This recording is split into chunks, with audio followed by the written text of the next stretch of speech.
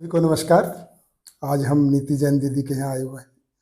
उनसे उन्होंने बाबा जी के साथ काफ़ी समय बिताया है, तो आज हम उनके संस्मरण आदरणीय नागराज जी के साथ उनको कैसा लगा, उस पर चर्चा करेंगे। नमस्कार सभी को। तो दीदी पहले तो हम आपसे ये जानना चाहेंगे कि आपका जो बचपन है ना? और कॉलेज के दिनों में क्या रुचियाँ रहीं, आध्यात्मिक रुचियाँ रहीं या सामाजिक रुचियाँ रहीं, जो आपको बाबा जी की तरफ लेके गईं? कब बाबा जी से मिलना हुआ? वहाँ तक का थोड़ा अपने बारे में बताइए। भैया बचपन तो मेरा ऐसे मैं कहूँ आज देखती हूँ जिस दृष्टि से, तो मुझे लगता है कि नहीं सब चीज़ बहुत अच्छी हुई। जी। पर एक सामान्य सबके दृष्टि से देखती हूँ तो मुझे लगता है कि नहीं बहुत अत्याचार हुए मेरे ऊपर में। अच्छा। तो वो बचपन की भूतकाल की पीड़ाएं मेरे पास बहुत सारी थी उस समय में। और मेरी शादी जब ग्रेजुएशन की थी मैं तब हो गई। अच्छा। तो शादी की भी पीड़ाएं बहुत सारी थी कि यही पति क्यों मिला, यही अच्छा। परिवार क्यों मिला। आपका जन्म कहाँ हुआ था? मेरा जन्म छिंदवाड़ा का है, मध्य प्रदेश। मध्य प्रदेश से। हाँ, वहीं मध्य पे आप प्रदेश का। बॉर्न एंड ब्रॉट अप, हाँ, कॉलेज? मेरे फादर पीडब्ल्यूडी में थे। अच्छा। उनकी पोस्टिंग्स होती रहती थी, तो हम्म। हम उनके साथ में घूमते रहते थे और स्कूलिंग वैसे ही होती रहती थी जी। हमारी। Most of the time Raipur रहा। अच्छा। बाद में भी। जी। और शादी भी, ग्रेजुएशन भी यहीं से कर रही थी और यहाँ पे ही शादी हुई। तो उस दौरान क्या हुआ कि मेरा जो परिवार था, मायका का परिवार, फादर बहुत ओपन माइंडेड थे। बच्चों को पढ़ाना, बहुओं को बहुत अच्छे से रखना, साथ में बैठाना, खिलाना। यहाँ पे ऐसा नहीं था। यहाँ अच्छा। इतना घूंघट करना होता था। अच्छा। और मैं बड़ी बहू थी और इनकी पसंद की थी। तो एक तो मेरे को जो कॉम्प्लेक्स और पीड़ा रही वो मेरे रंग को लेके बहुत रही। अच्छा। अच्छा। रंग मेरा बहुत पीड़ा का कारण बना। दूसरा कि जो धन एक्सपेक्टेड था वो भी पीड़ा का कारण बना। है ना? तो तीसरा कि मुझे ये क्यों नहीं पता था कि मेरा पति काम मतलब व्यापार बड़ा है पर काम कुछ नहीं करता अच्छा, है। ये सब आपको शादी के बाद पता चला तो जो धन की कमी थी वो भी। और फिर चौथा तो था, दीदी घर तो बहुत बड़ा है, ऐसा हाँ घर देखने में बहुत लगता बड़ा है है, कि। पर उस समय पिताजी सब चीज अपने पास रखते थे। अच्छा। और उनके 10-12 मैनेजर्स हुआ करते थे ऑल इंडिया में। वो उनके पास ही रहते थे। उन्होंने अपने बच्चों को कभी भी वो सपोर्ट नहीं दिया कि वो अपना खड़े हों, और बच्चों में भी उतनी हिम्मत नहीं थी कि वो उस तरीके से अपने प्रस्तुति को दें या बातचीत करें, संवाद करें। दोनों में एक बहुत गैप होता था। ओके। और ये मेरे फादर इन लॉ और उनके फादर भी बातचीत नहीं करते थे। अच्छा। तो ये भी एक पीड़ा का कारण था।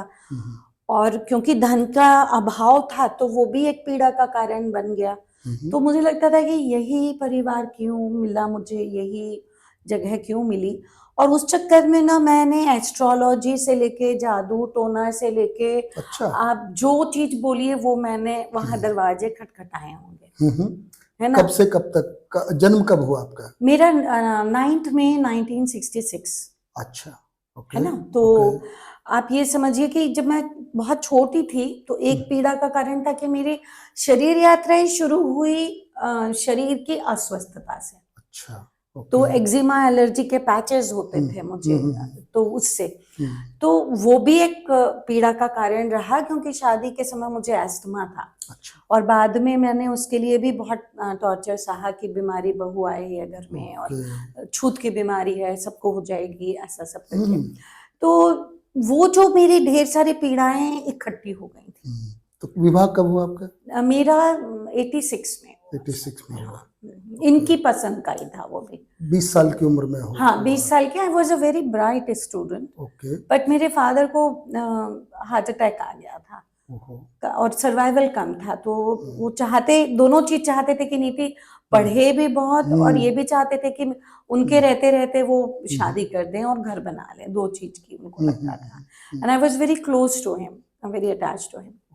आपका मैंने सुना है कि आकाशवाणी के साथ संबंध रहा है। वो कैसे बना, कब से? वो बना हबीब तनवीर साहब करके एक इंटरनेशनल, हाँ ही वॉज द ड्रामाटिस्ट है शायद, ड्रामेटिक राइटर से लेके फिल्मों में भी काम किया।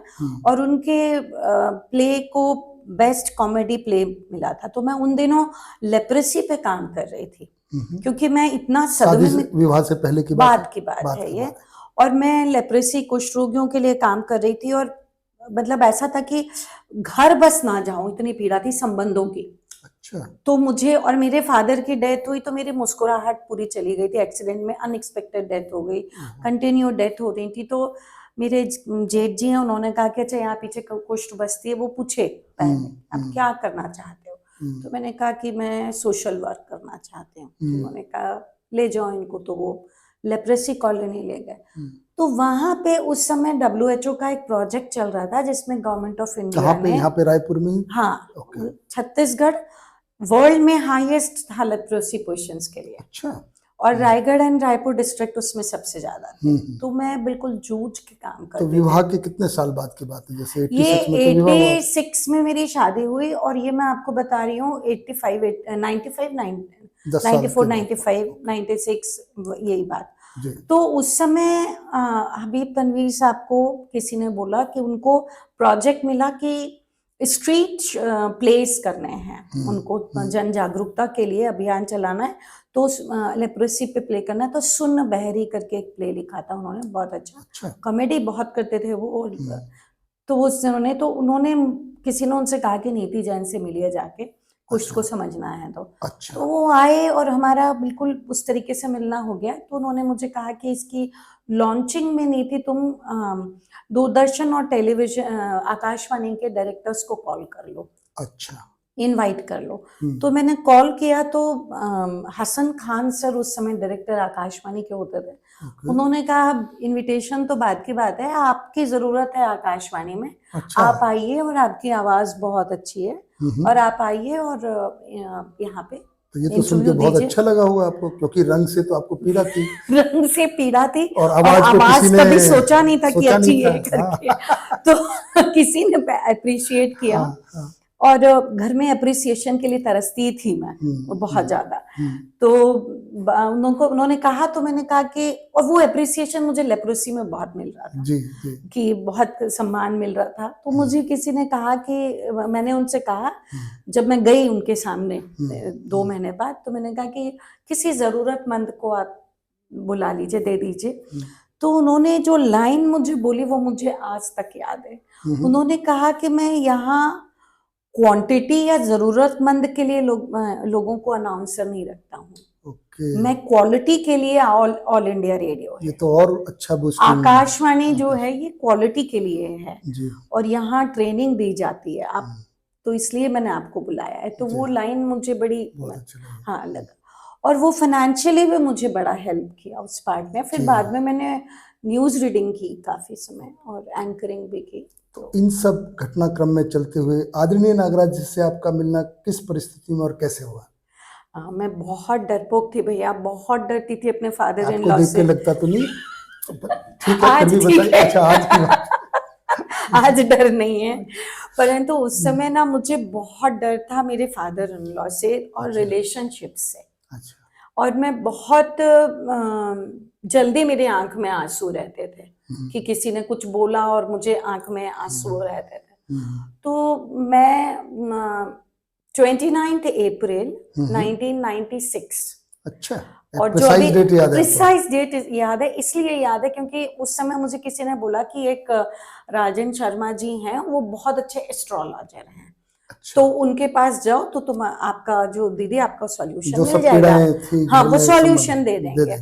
तो वो कहाँ थे? वो अभी जो अपना अभिभावक विद्यालय है, अनीता बहन जी, धीरेन्द्र भाई जी का जो उस समय वो फार्म हाउस सत्यम होता था। अच्छा। तो महाराज जी वहां पे थे। ओके। तो मैं गई वहां पे, तो अनीता बहन जी मेरी कॉलेज मेट है और धीरेन्द्र भाई मेरे हस्बैंड के कॉलेज फ्रेंड्स हैं। तो वो ऐसा हो गया कि अरे अपना ही जगह। ये जब आप मिलने गए, इससे पहले भी आप अनीता दीदी से? नहीं, हमारा एक गैप आ गया। हाँ। तो पहली मुलाकात हुई फिर आपकी गैप काफी के बाद? समय बाद में। हाँ, काफी समय बाद उनसे मुलाकात हुई।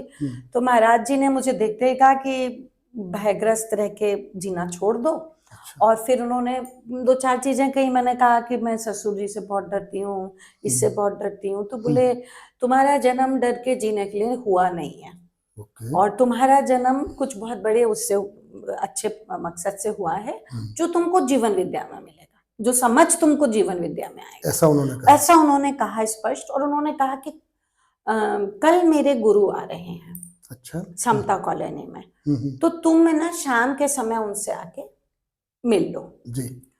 तो मैं इतनी पीड़ा में थी कि बाकी भी बातें हुई भाई को लेके महाराज जी से और सब चीज से, कि मैं दूसरे दिन वहां पे अंजनी भैया जी का घर था समता कॉलोनी में, वहाँ तो पहुंच गए। ढूंढते ढांढते वहां पे पहुंच जी। गई मैं 96 में। 96 में। जी।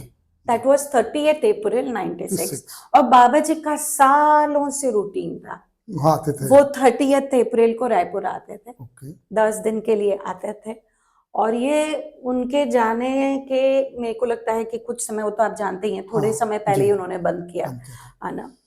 तो 30th अप्रैल को जब मैं बाबा जी के पास गई, मैंने प्रणाम किया, हम्म, और उनकी जो पहली लाइन थी, हम्म, मेरे पास में उसका कोई उत्तर नहीं था। मुझे अभी भी मेरी कल्पना वहां जाती है, वो चित्रण आता है, पूरा पिक्चराइज आता है कि कैसे भैया के घर में घुसते ही ऐसी गादी लगी हुई थी और वहां पे बैठते थे। तो बाबा जी बैठे हुए थे, महाराज जी बैठे थे, महाराज जी ने बाबा जी से मिलवाया कि ये नीति जैन है। मैंने प्रणाम किया और उन्होंने कहा और कुछ अच्छी बात सुनाओ, ये पूछा आपसे? उन्होंने पहली लाइन पहली लाइन।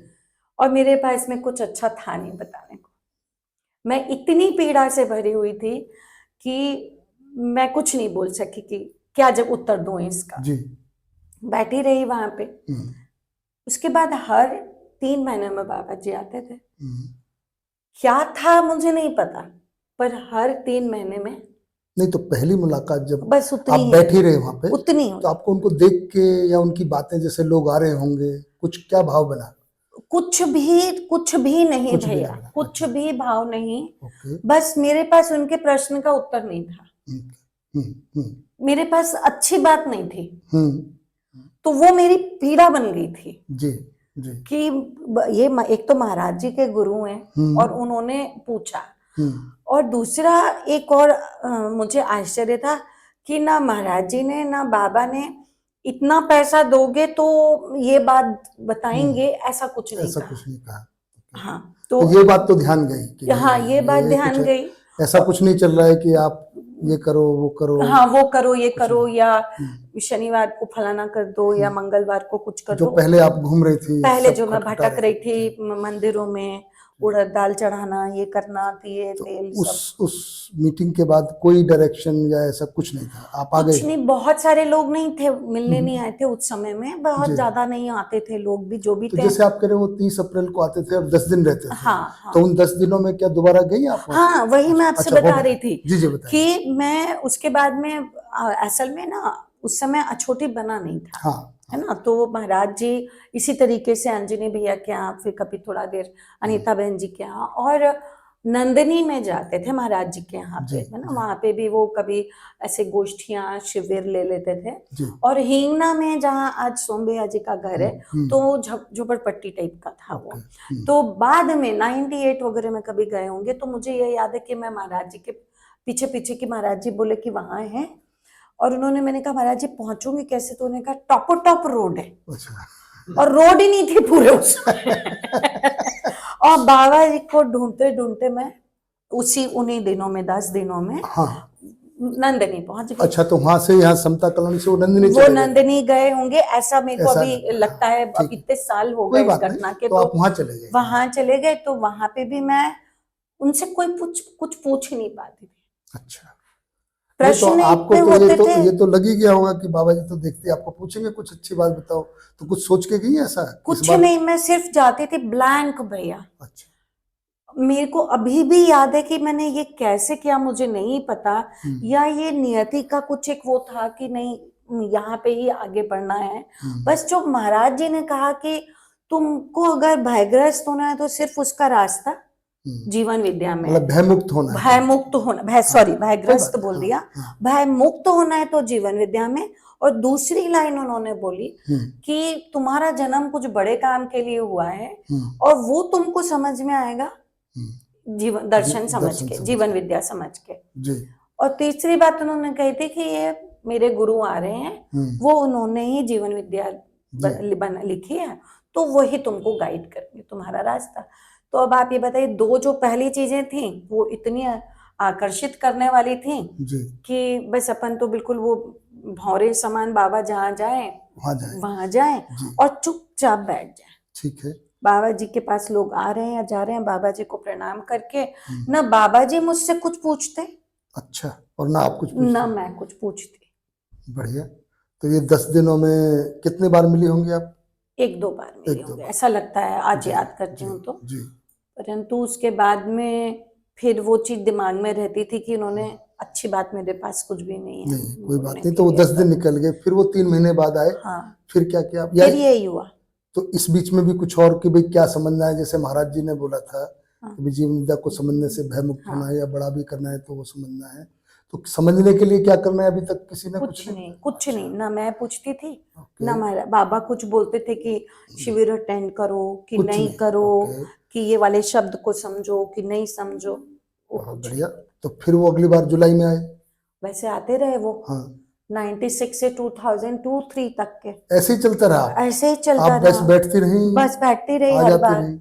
हाँ, 2002 तक कोई शिविर किसी का? वो जो बोलते रहते थे बस वही सुनते रहते थे सुनती आप? रहती थी अच्छा, बस। बहुत कभी बढ़िया। कोई पेशेंट आ गया तो नाड़ी देख रही हूँ तो देखते रहती थी, कभी कोई चर्चा, कुछ तो बाबा प्रश्न। जी ऐसा नहीं सोचते होंगे यार ये लड़की आती तो है, आके बैठ जाती है, कुछ पूछती नहीं है? और मैंने अंजनी भैया से इस चीज को पूछा था। हाँ, मैंने कहा भैया ये क्या चीज है जो मुझसे बाबा देख के मुझे इतने खुश हो जाते हैं। अच्छा खुश तो हो खुश जाते हैं, बहुत हो जाते हैं, पर देखिए कुछ हम आपको देख के बहुत खुश हैं। पर कुछ बताते भी कुछ नहीं है और आप बोलते पूछते भी नहीं, नहीं है। कुछ कहते नहीं कि शिविर अटेंड करो कि नहीं करो। ओके, और उन्होंने मेरे प्रश्न करने का कितने साल इंतजार किया। अच्छा, तो आपने कब जाके प्रश्न किया ये बताइए? 2002-3 में। अच्छा, तो क्या पूछा आपने हिम्मत करके पहला तो प्रश्न? बाबा जी ने हम लोगों से कहा था कि आप लोग आओ, मैं अपन बात, अनीता बहन जी के यहाँ ऊपर में, तब वो घर बंद था तो धीरेन भाई ऊपर में सबको इकट्ठा करते थे, तो बाबा जी हम लोगों का शिविर लेते थे। 2002-3 में? 2-3 में, 4-5 में, 6 तो ऐसे पहला दो। पहला जो आपको याद बाबा है? जी ने ही किया था शिविर,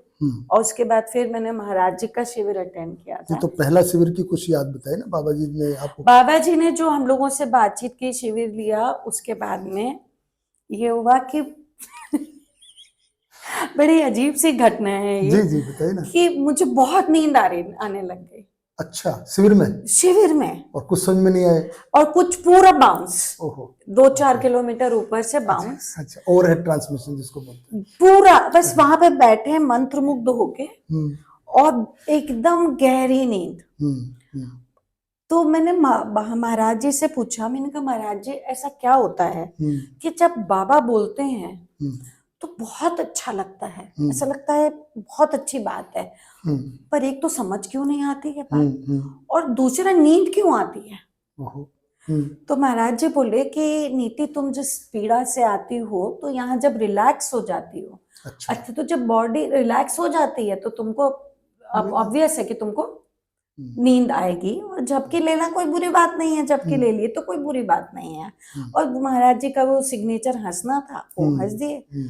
और बाबा जी भी कभी नहीं बोलते थे कि तुम लोग झपके क्यों लेते हो, सो क्यों जाते हो? सो क्यों हो, मैं इधर उबासी क्यों लेते हो मैं इधर इतना इतनी, ज्ञान की बात बता और तुम लोग उबासी ले रहे हो, ऊँग रहे हो, अच्छा कुछ नहीं। कभी कुछ नहीं बोलते थे। अच्छा, बाबा जी को पता भी था कि ये मैं मान, उसके बाद बोले कि ठीक है, मैं अब तुम लोग मानव व्यवहार दर्शन पढ़ के रखना, अगली बार मैं आऊंगा तो। अच्छा, अभी शिविर नहीं किया हुआ और दर्शन शिविर पढ़- लिया, और उसके बाद वो फिर उसके बाद बोलते थे कि, उसके बाद बोलते थे ज्योति पुराणी करके एक है नीति, मैंने उनको बोला है आपसे मिलने के लिए। अच्छा, तो ज्योति पुराणिक बहन जी को वो बोलते रहते थे करीब 2002-3 से कि नीति जैन से मिलो, नीति जैन से मिलो। ओके, और फिर मुझे कहते थे कि सभी से कहते थे, मुझे से क्यों, सभी लोग बैठे होते थे तो कहते थे कि आप लोग पठन करना शुरू करो। तो बाबा का ये होता था, जैसे क्लस्टर्स बना देते थे, तो वो उन्होंने माहौल बनाना शुरू किया कि शिविर ले लिया है अब मैं अगली बार आऊंगा तो किताब पढ़ के रखना, और कुछ प्रश्न होंगे तो मैं उत्तर दूंगा। ठीक दीदी, तो ये बताइए जैसे अब आपका ये क्रम निकल चला है ना, बाबा जी का शिविर हुआ और आपने पहला प्रश्न कर भी लिया है ना, तो एक लंबे समय तक आपकी यात्रा रही है 2002 और 3 के पहले शिविर से लेके आखिरी समय तक, तो समय समय पे आप बाबा जी से मिलती ही रही हैं, फिर चर्चा भी हुई होंगी, तो मुख्य रूप से किन किन बिंदुओं पे आपकी बाबा जी से चर्चा रही है, उन बिंदुओं पे और उनसे जुड़ी हुई जो आपकी यादें हैं, संस्मरण है, थोड़ा उनको बताइए जो जो आपको याद आता जाता है। हाँ, मुझे ऐसा लगता है भैया कि मेरे जो प्रश्न ज्यादा केंद्रित रहे वो परिवार और खुद के ऊपर, क्योंकि मेरे को, मैं गुस्सा बहुत तेज था मेरा, नाक पे अच्छा। रहता था गुस्सा एकदम, और अच्छा। बहुत डिस्ट्रक्टिव थी मैं, हम्म। सेल्फ डिस्ट्रक्टिव अच्छा। थी मैं। अच्छा। और जब मैं बाबा जी से मिली उस समय मुझे बहुत अल्कोहल की और ये सारी भी आदतें हो गई थी। अच्छा। और शायद बाबा जानते भी रहे होंगे क्योंकि उन्होंने कभी पूछा नहीं, मैंने कभी बताया नहीं, परंतु मेरी वो पीड़ा तो रहती थी। तो प्रश्न मेरे जो शुरू होते थे वो नॉर्मली, पहले तो मैंने जो उनसे प्रश्न किए कि क्योंकि मैं सोशल वर्कर थी तो सोशल मैन का कॉन्सेप्ट कैसा होना चाहिए, तो वो उस चीजों को समझाते थे कि सोशल मैन जो है वो इंडिविजुअल से काम करना है, ये करना है। तो उन दिनों में उनकी भाषा जो होती थी वो बड़ी हम लोगों को हार्ड लगती थी समझने में, कठिन लगती थी समझने में। पर उसके बाद भी मैं 2-2, 3-3 घंटे, 3 घंटा लगातार बाबा के पास बैठती थी, बात करती थी, संवाद करती थी, प्रश्न करती थी। उठ के बाहर आती थी तो संकेत भैया और रंजिनी भैया लोग बोलते भी थे कि बाप रे आप 3 घंटा बैठ ली हो आज बात करते करते। तो तब उन्होंने छोटी में आना शुरू कर दिया था?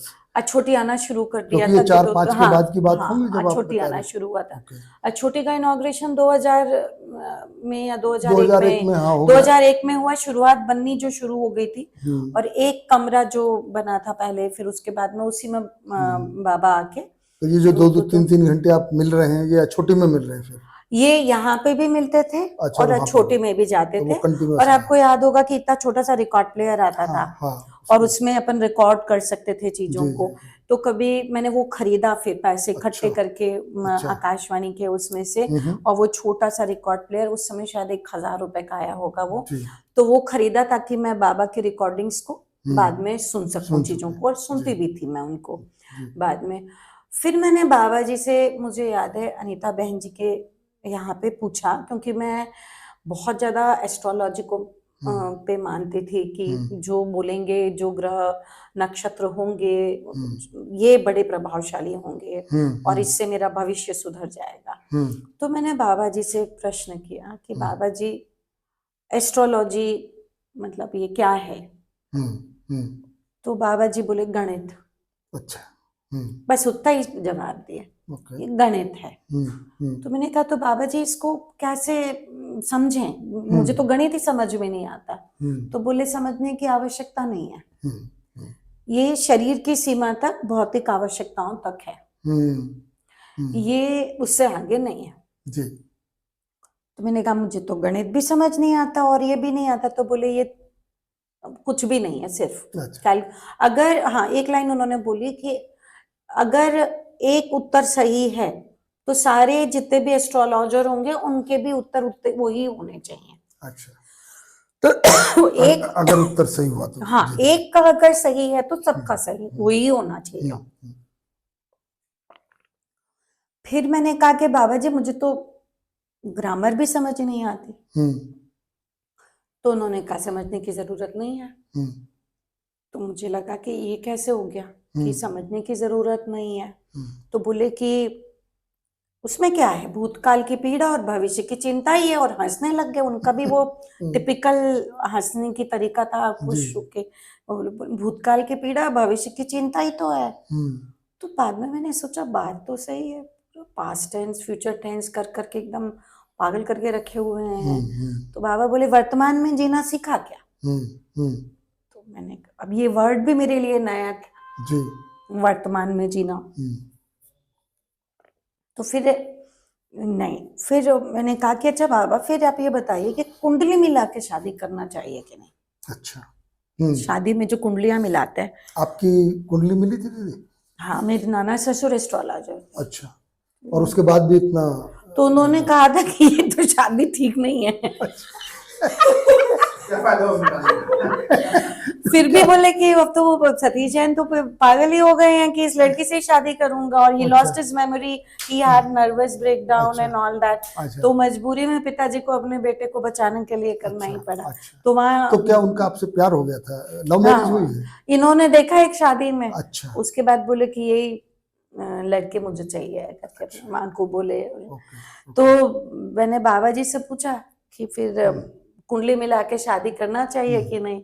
तो कहते हैं, हंसते हैं, फिर कहते हैं जो लोग कुंडली मिला के शादी किया है, हम सोचता हूँ उनका भी तो तलाक हो रहा है, वो कौन सा जी लिया है। हाँ और जो नहीं किए हैं कुंडली मिला के, हाँ। उनका भी तो तलाक हो लिया है, वो भी तो जिंदा ही हैं।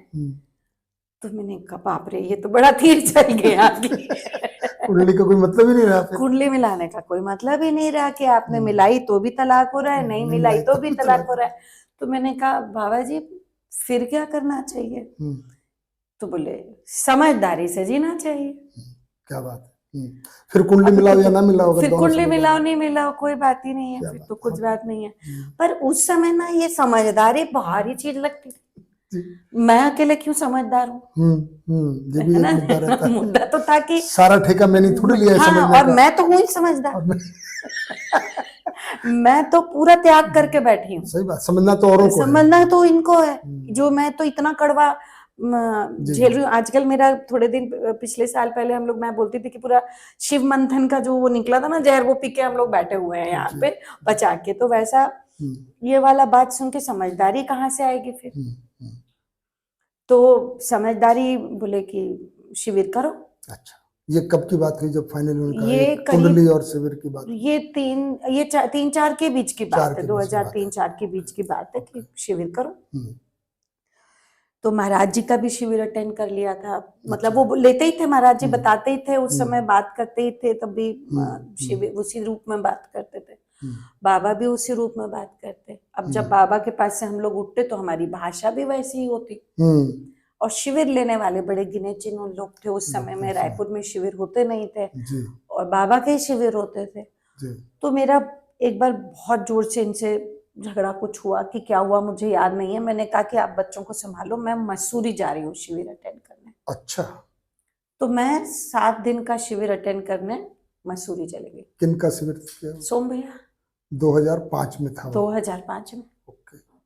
2005 में 2005 में वहां पे मेरे को सब लोग मिले जो अभी प्रोमिनेंट है हम लोग। तो फिर वो अटेंड किया शिविर। और वहां पे क्या है कि सोम भाई जी का तो आपको पता है कि पूरे पीछे तीर रखे रहते हैं, हम चलाते रहते हैं तीर उनके। तो उन्होंने एक लाइन कह दी कि आप कितने भी बड़े सोशल वर्कर हो, सबसे बड़ा सोशल वर्क है आदमी का आदमी बनना। ये मेरे को बहुत हर्ट कर गया, बहुत जोर से हर्ट किया। मेरे को लगा कि ये जानबूझ के मेरे लिए बोल रहे हैं।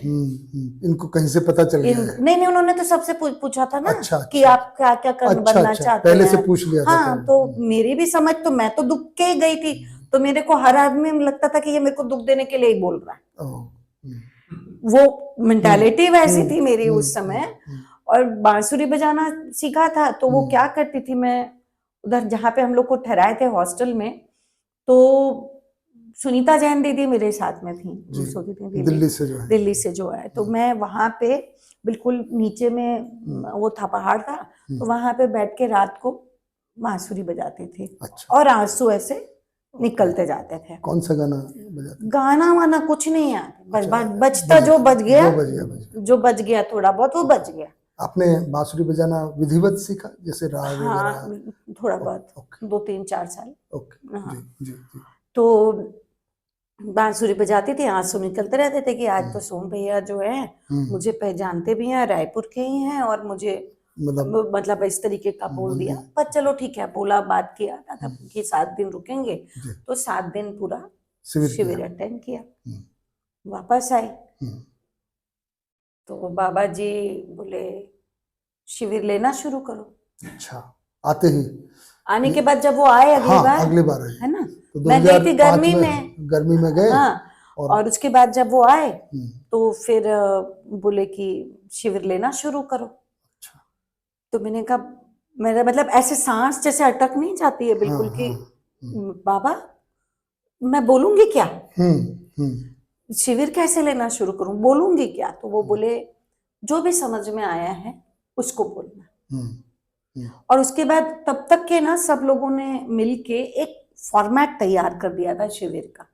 ठीक है, उसमें मुझे अभी तक याद है कि उसमें हम शुरू तो अभी तो जैसे शुरू करते हैं कि ये प्रस्ताव है और निरीक्षण जांचना निरीक्षण ये तो था ही था, और भय को बहुत इलेबोरेटिवली लेते थे, है ना। तो इलेबोरेटिवली शायद मैं लेती थी इसलिए मुझे याद है, पर भय और गलतियां ये सब चीजें होती थी जी, उस सब। जी, तो अब आपको तो पता ही है कि मैं भयग्रस्त थी, जी। रंगग्रस्त थी, और ऐसी भूतकाल की बहुत सारी पीड़ाएं पीड़ाएं थी। थी। उस एक पीड़ा में और ज्यादा था एक फिजिकल असॉल्ट जो मेरे साथ में हुए थे बचपन से।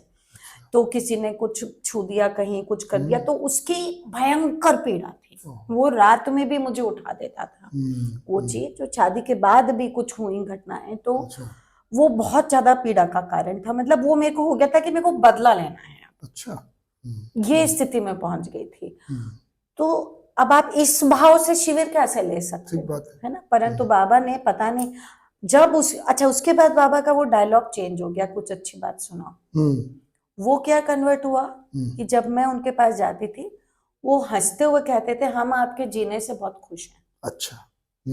और मैं गिल्ट में रहती थी कि मैं अल्कोहल ले रही हूँ, मेरे साथ ये घटनाएं घट रही हैं, आवेश में हूँ, इतनी पीड़ा में हूँ, एक संबंध ठीक नहीं है। और बाबा को मुझ में ऐसा क्या दिखता है कि मैं अच्छा जी रही हूँ, कि मैं अच्छा जी रही हूँ। मेरे को ये बड़ा परेशान करता था। तो आपको बाबा जी के ऊपर डाउट तो नहीं होने लग गया था? नहीं, मैंने अंजनी भैया से पूछा, अच्छा, कि भैया मुझ में अच्छा क्या है, ऐसा क्या दिख रहा है? तो बोले भैया बोले ये ना बहन पहुंचे हुए लोग हैं, जागृत और दिव्य लोग हैं, ये दूर तक देख लेते हैं जी, तो इनको ना तेरा कुछ दूर का दिखता होगा। जब आप अच्छी हो गई हो, जब अच्छी हो गई हो जाओगी तब का दिखता होगा करके। तो मैंने कहा ये बात सही है, ये बात जच रही है, बढ़िया बात बता दी। हाँ, एग्जैक्ट वर्ड यही थे भैया, हम आपके जीने से बहुत खुश हैं। ये ही मतलब वो बिल्कुल, क्योंकि तीर समान चुभते थे ना भैया यहाँ पे, कि मैं तो ऐसा जी ही नहीं रही हूँ कि ये हो। मेरे ख्याल से इस बात का भी हो सकता है कि आप इतनी पीड़ाओं के बावजूद भी जी रहे हो, इस बात से कुछ हिम्मत की। हाँ, अब देखिए मैंने उनसे कभी पूछा नहीं कि बाबा आप मुझ में क्या चीज देख के खुश है, क्योंकि हिम्मत नहीं हुई कभी पूछने की मेरी अपनी। मैं इतनी दलदल में थी और मैं अपने आप से बहुत नफरत करती थी और शो करती थी मैं कि मैं बहुत, प्रोजेक्शन कुछ और था, and inside was something very different and projection was something else. तो वो बात ये थी। तो फिर बाबा जी बोले कि शिविर लेने जाओ। तो आपको ये सब कॉन्फ्लिक्ट नजर आए? बहुत सारे कॉन्फ्लिक्ट अपने नजर आए। तो मैंने कहा ठीक है, तो पहला 2 घंटे का शिविर लिया। कब लिया, कौन सा, वो तो आपको याद होगा? 2006 या 7 में ऐश्वर्या रेसिडेंसी बना हुआ था। अच्छा, तो कैसे अरेंज किया वो? ये जाके वहां पे बात करके ही किया कि हाँ ऐसा कुछ महिलाएं इकट्ठी हो जाएं, और बाबा जी ने स्पेसिफिकली कहा था कि महिलाओं का लेना। हाँ, तो आपने अपने सहेलियों को या कुछ लोगों को ऐसे हम पर्सनली, मैंने और अनिता बहन जी ने तय किया कि हम एक एक जगह पे जाएंगे। तब तक ज्योति पुराणिक बहन जी भी जुड़ी गई थी, आ गई थी, मिल गई थी। और क्योंकि बाबा जी उनको बार बार कहते भी थे कि मिलो, साथ रहो, तो वो भी। और उसके बाद में फिर वहां पे मैं शिविर जब लेने के लिए गई तो मुझे अच्छे से याद है कि मैंने डर पे करीब 2 दिन निकाल दिए थे। अच्छा, बोलते 2 घंटे का लिया कि 2-3 घंटे का, 2 से 3 घंटा चलता था डेली। कितने दिन का रखा था आपने? 7 दिन का। 7 दिन का रखा? हाँ, 7 दिन का था। और बाकी मैंने तो सबसे केवल आपने बाबा जी से बातचीत की और सोम भैया का एक शिविर किया? हाँ, और जो बाबा जी ने शिविर लिया और फिर खूब सारे नोट्स बनाए और फिर हाँ, और फिर मैंने पहले ही कह दिया था कि मुझे कुछ आता जाता नहीं है ज्यादा, पर ये बहुत अच्छी चीज है, इसमें जो हम अपने ऊपर में काम कर सकते हैं। और मुझे लगता है कि शायद मैंने काम करना शुरू किया है, और जो आप लोग परिभाषा और जो भी डेफिनेशन पूछेंगे मैं देख के बताऊंगी। अच्छा, मैं देख के पढ़ूंगी, पढ़ के देखूंगी और वो बताऊंगी। तो उन लोगों ने कहा ठीक है ठीक है। तो वो पहला आपका शिविर हुआ? वो 5-6 लेडीज थी, और उसका इम्पैक्ट क्या रहता है ये मुझे सालों बाद पता चला। और क्योंकि उसमें से थी एक जो शिविर अटेंड की थी, वो एक संजय अलंग सर हैं, वो कमिश्नर बिलासपुर रहे, तो उनकी वाइफ ने मुझे बोला कि दीदी आपने मेरा शिविर लिया था 2006-7 में ऐश्वर्या में, और उसके नोट्स आज भी मुझे याद हैं, और मैं रेफरेंस के लिए उनको अभी भी रेफरेंस टू कॉन्टेक्स्ट में उस कॉपी को खोलती हूँ करके।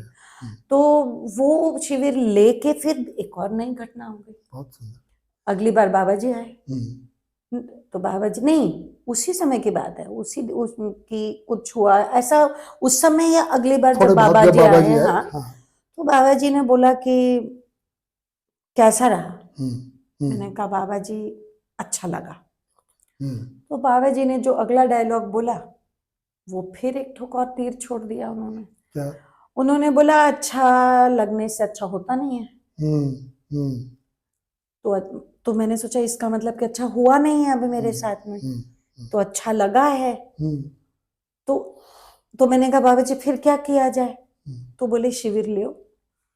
और उन्होंने कहा कि बस अब है ना, मतलब 2008-7-8 आते तक के क्या हुआ था कि 2 इलेक्शंस छत्तीसगढ़ में हो गए थे, छत्तीसगढ़ राज्य बन गया था। तो आकाशवाणी में न्यूज सेक्शन में फिर मैं सीनियर और कुछ रिस्पॉन्सिबल होने के कारण मेरे जो बॉस थे वो इलेक्शन की ड्यूटी मुझे दे दिया करते थे पूरी। अच्छा। और काफ़ी हैवी ड्यूटी होती थी वो। और वो करते करते फिर वो चले गए, दूसरे बॉस आए, तो मेरा बीपी बहुत हाई रहने लगा, और ये अल्कोहल वाला पार्ट भी और 2-4 चीजें और उसमें कुछ कुछ जुड़ जाती थी कि तो अभी छूटा नहीं था वो। इन्होंने कुछ और बोल दिया तो कभी बढ़ गया, कभी कम हो गया, पर छूटा नहीं था। अच्छा। तो हुई घटना ऐसा कि 2008 में इलेक्शन कुछ हुआ होगा, 2008 या ऐसे में 9 में SCRT में कब शिविर शुरू किए थे सोम भैया ने, पूरे छत्तीसगढ़ प्रदेश में हुए थे, जब नंद कुमार भैया जी 9-10 की बात है, 9-10 की बात है, 9-10 की बात है, 8-9 कुछ होगी, हाँ। तो एक दिन सोम भाई जी का फोन आया कि दीदी 7 दिन का 7 घंटा 7 दिन के शिविर की तैयारी कर लीजिए। अच्छा। अगले साल आपको ये यहीं पे लेना है। तो ये तो संभव ही नहीं है भैया। तो बोले पढ़ना शुरू कर दीजिए, पठन। अब बाबा जी तो पीछे पड़े ही हुए थे कि पठन करो। और एक घटना ये हुई कि यहाँ पे घर में भी शिविर लेती थी मैं। अच्छा। अपने घर में भी। तो महिलाएं चाहे 1 आए चाहे 2 आए, तो धीरेन भाई हमेशा कहते थे कि नीति अगर एक भी आता है ना कोई, तो लेना शिविर, बंद मत करना उसको शिविर। और महाराज जी को मैं देखती थी कि कोई एक भी, अमरकंटक भी हम जाते थे। इस बीच में ये हुआ 2004 और 5 में मैं अनीता बहन जी हम यहाँ से पूरी तैयारी करके कि अध्ययन बिंदु को इंग्लिश में करेंगे। अच्छा। हम अमरकंटक जाते थे महाराज जी के पास में, बाबा जी के पास में। और बाबा जी, हम यहाँ से डिक्शनरीज लेके जाते थे पूरी, और बाबा जी हम लोगों से पूरा हमारा शिविर लेते थे। संपृक्ता से शुरू करते थे। हाँ। और उन्होंने कहा संपृक्ता का इंग्लिश ढूंढो। फिर हम ढूंढते इंग्लिश वर्ड। फिर वो कहते हम तो स्कूल गया नहीं हूँ, हमको इंग्लिश आती नहीं है। और फिर हमसे ढूंढवाते। फिर हमसे कहते ऑल परवेडेड, हंसते हुए। ये ऑल परवेडेड शब्द उन्होंने संपृक्ता को दिया। तो वो अध्ययन बिंदु मेरे पास उनके साथ का किया हुआ। अच्छा। अभी भी है। और फिर उन्होंने कुछ जो मुझे बड़े अच्छे लगे, जिनको मैं हमेशा फॉलो करती हूँ, चाहे इंग्लिश हो चाहे हिंदी शिविर में, कि ये शब्द कभी भी नहीं बदलना, आत्मा जीवन क्रिया। तो बात अपन कर रहे थे 2010 जब SCRT 8-9-10 में, तो सोम भैया ने कहा कि आपको सिविल लेना है, तो क्या आपने फिर वो SCRT के सिविल लिए? उसके पहले पठन करना पड़ा भैया। बिल्कुल। उसके पहले 2 दिन का यहाँ पे शिविर, 2 लोगों का शिविर लिया। गौरी भाभी जी। अच्छा। गौरी भाभी इसलिए शिविर करने आए क्योंकि साहू भैया अमरकंटक चले गए थे शिविर के लिए, टीचर्स के साथ में, छत्तीसगढ़ गवर्नमेंट के। तो उनके अंदर कंपटीशन की फीलिंग आ गई। अच्छा। कि ऐसी क्या चीज मिल गई है मेरे हस्बैंड को कि वो अमरकंटक गए हैं। अच्छा। तो मैं सड़क और क्रॉस करके तो यहाँ सुनने आया। उनका शिविर लिया। उसके बाद में फिर मेरे अंदर कंपटीशन की फीलिंग आ गई। अच्छा। कि हम इतने साल से जुड़े हुए हैं, हम अभी पठन नहीं कर पाए और ये लोग पठन का डिजाइन बना के पठन करने जा रहे हैं। टीचर्स सारे टीचर्स लोग छुट्टी में जो पठन छोटी में शुरू हुआ पठन, 8-9 में शुरू हो गया था 8-9 में शुरू हुआ। तो बस जब वहाँ पठन शुरू हुआ और मैं और ज्योति बहन जी ने यहाँ पठन शुरू किया क्योंकि अगले साल से SCRT में लेना था।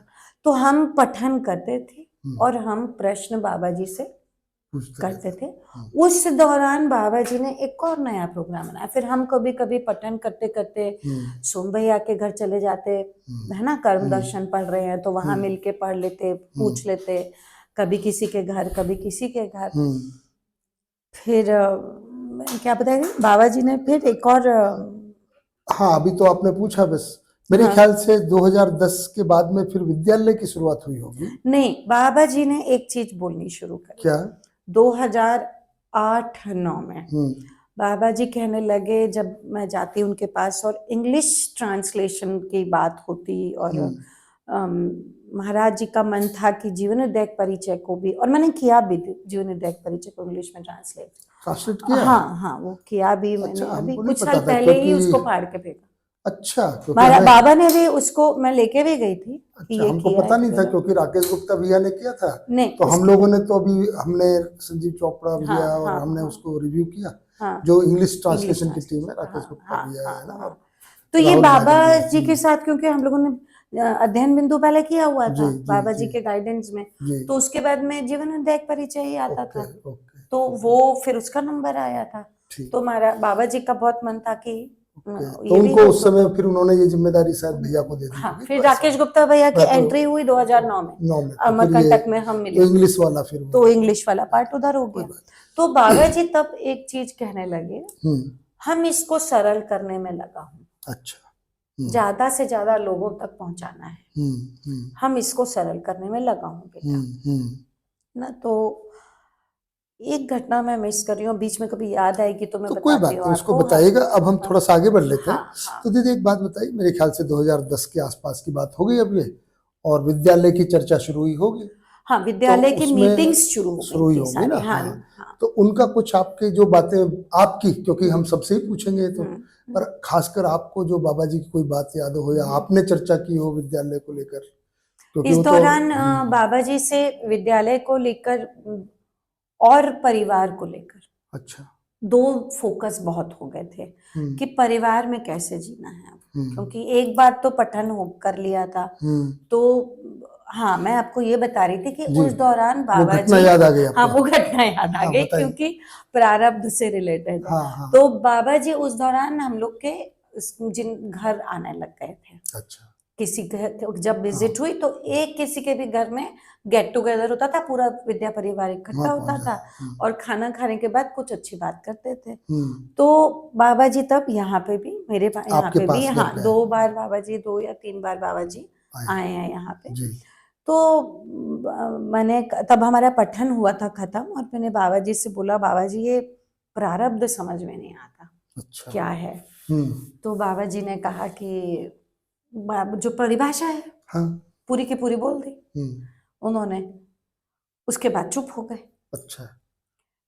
तो मेरी भी और हिम्मत नहीं हुई कि इसको कुदेरूं करके। मुझे लगा कि शायद गधी मैं हूँ कि कम समझ में आ रहा है करके, तो प्रारब्ध नहीं समझ में आ रहा है।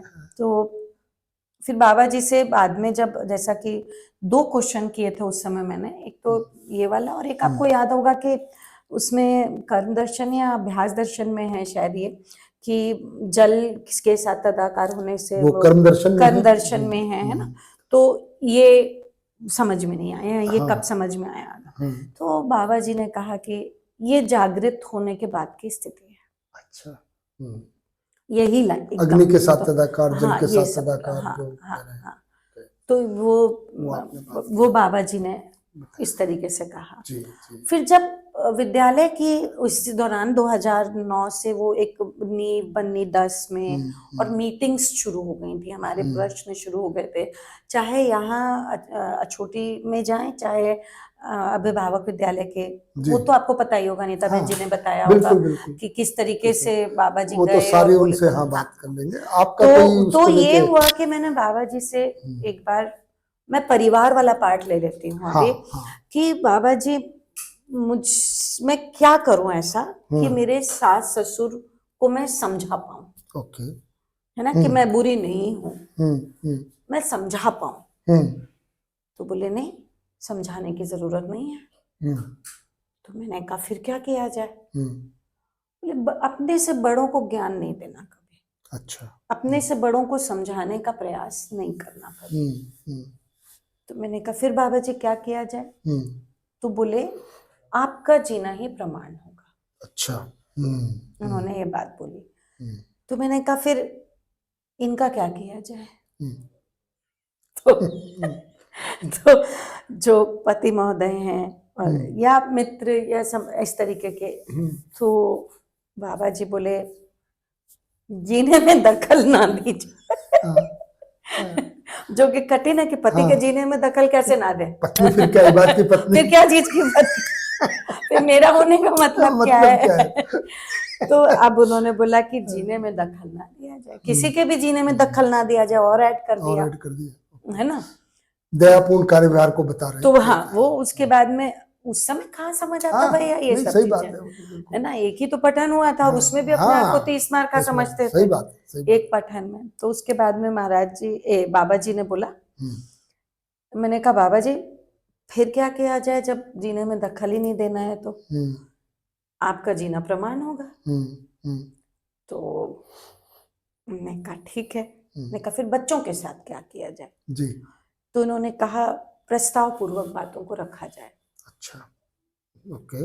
अब this is also very difficult, you know, while raising वो भी चिल्ड्रन, बच्चों को प्रस्ताव पूर्वक, और उसमें आप राइट और राइट को जो राइट है और गलत, तो और फिर उसका पेरेंट्स किस बात फल के, परिणाम, मारपीट नहीं करी जब तक के, तो फिर नहीं की और उनको धमकाया नहीं जब तक, उनको बताया नहीं, बिल्कुल। तो क्या चीज का? तो बाबा जी ने कहा आपका जीना ही प्रमाण होगा। तो आधा एक घंटे की चर्चा के बाद में परिवार के बारे में समझने के लिए, तो मैंने बाहर निकल के अंजनी भैया को बोला।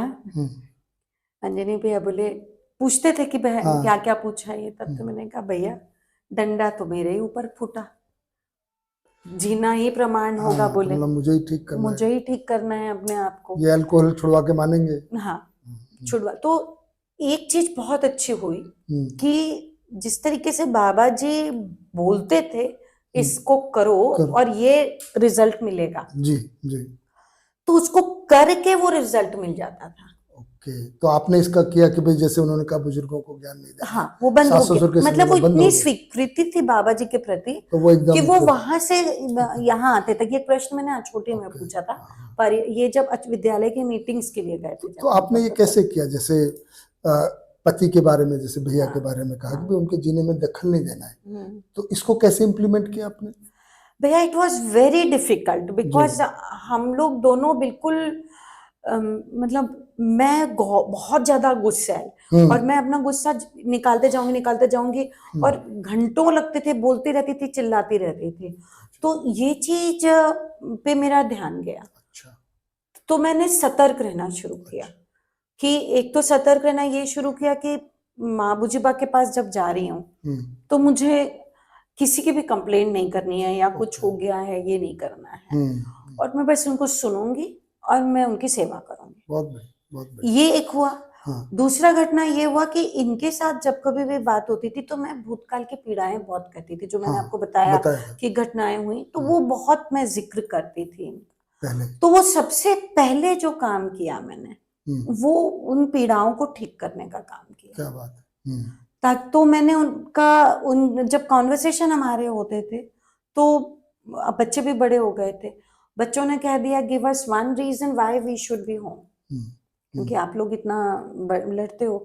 तो अब ये भी एक पीड़ा का कारण बन गया था। तो फिर वो जो पहला काम हुआ तो वो ठीक करने का प्रयास शुरू। तो कैसे ठीक किया आपने?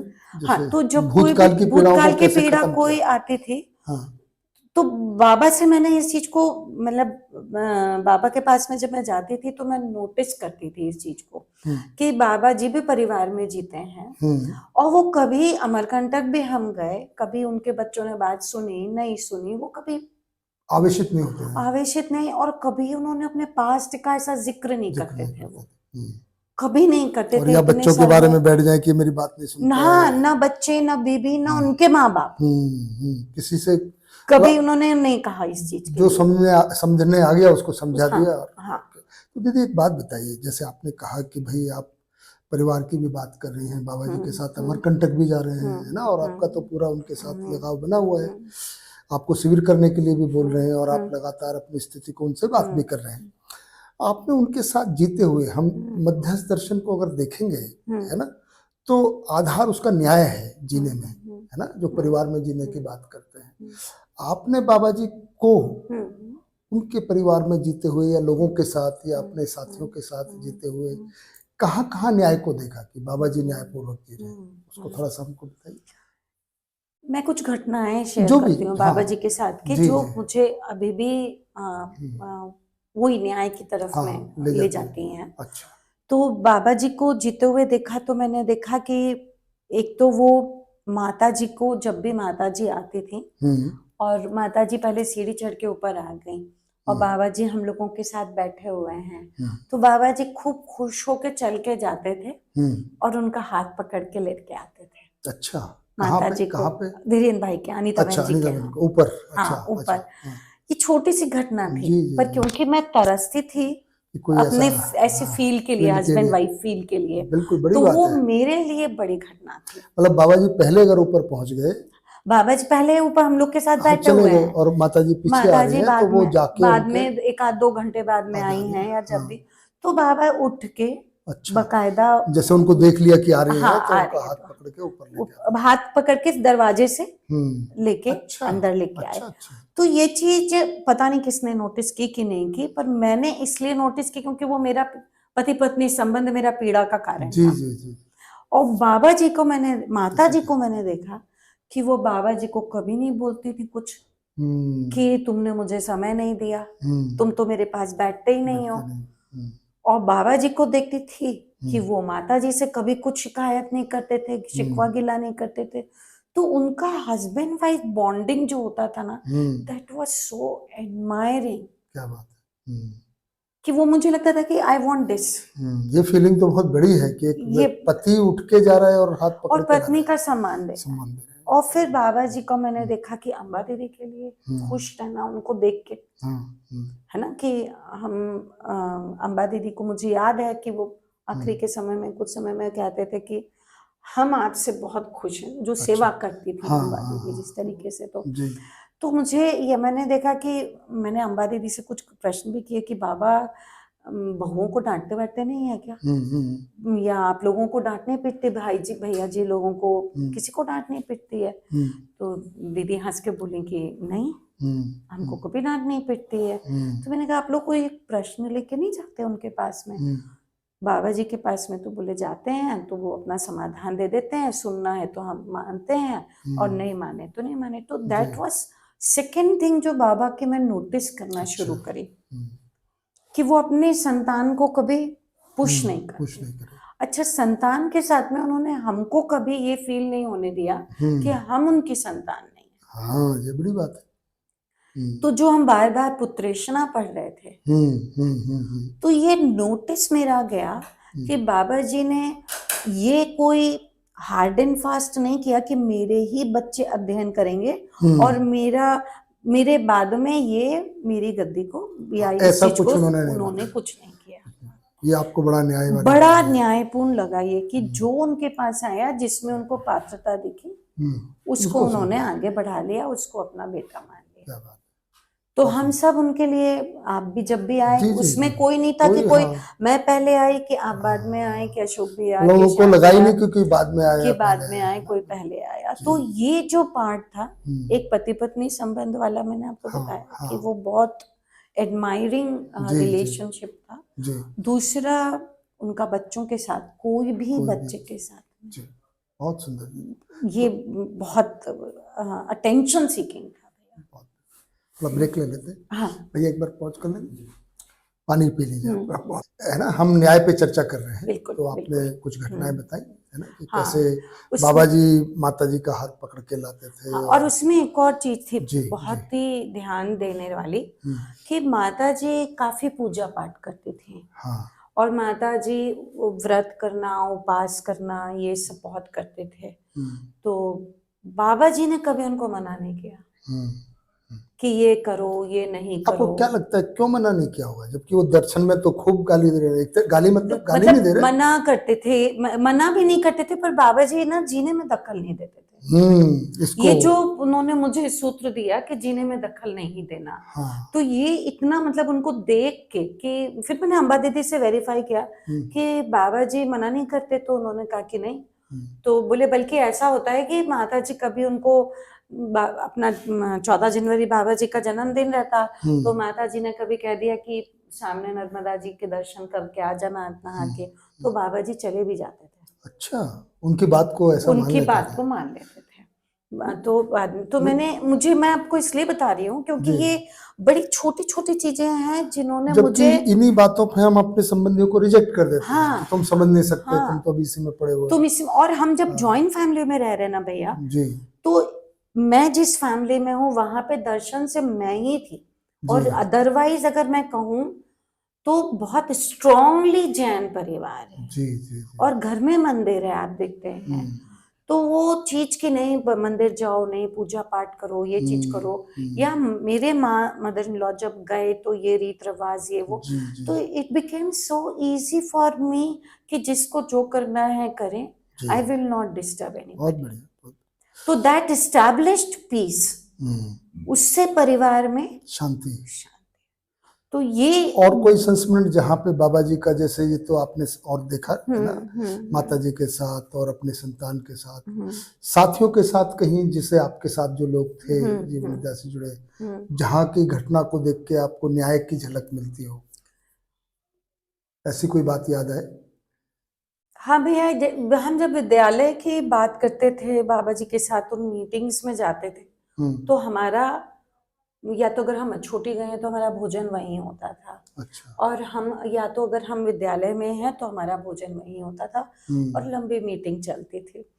तो आपको पता ही है कि बाबा जी को खाने का बहुत शौक था, है ना, तो ही यूज्ड टू एंश्योर कि हर किसी को खाना मिले बराबर। तो वो कहते थे कि आज क्या जुगाड़ है। तो उस दौरान जनवरी में जब बाबा जी आते हैं, उस समय सोम भैया जी का बर्थडे आता है, तो सुषमा बहन जी को केक भेजी थी, है ना।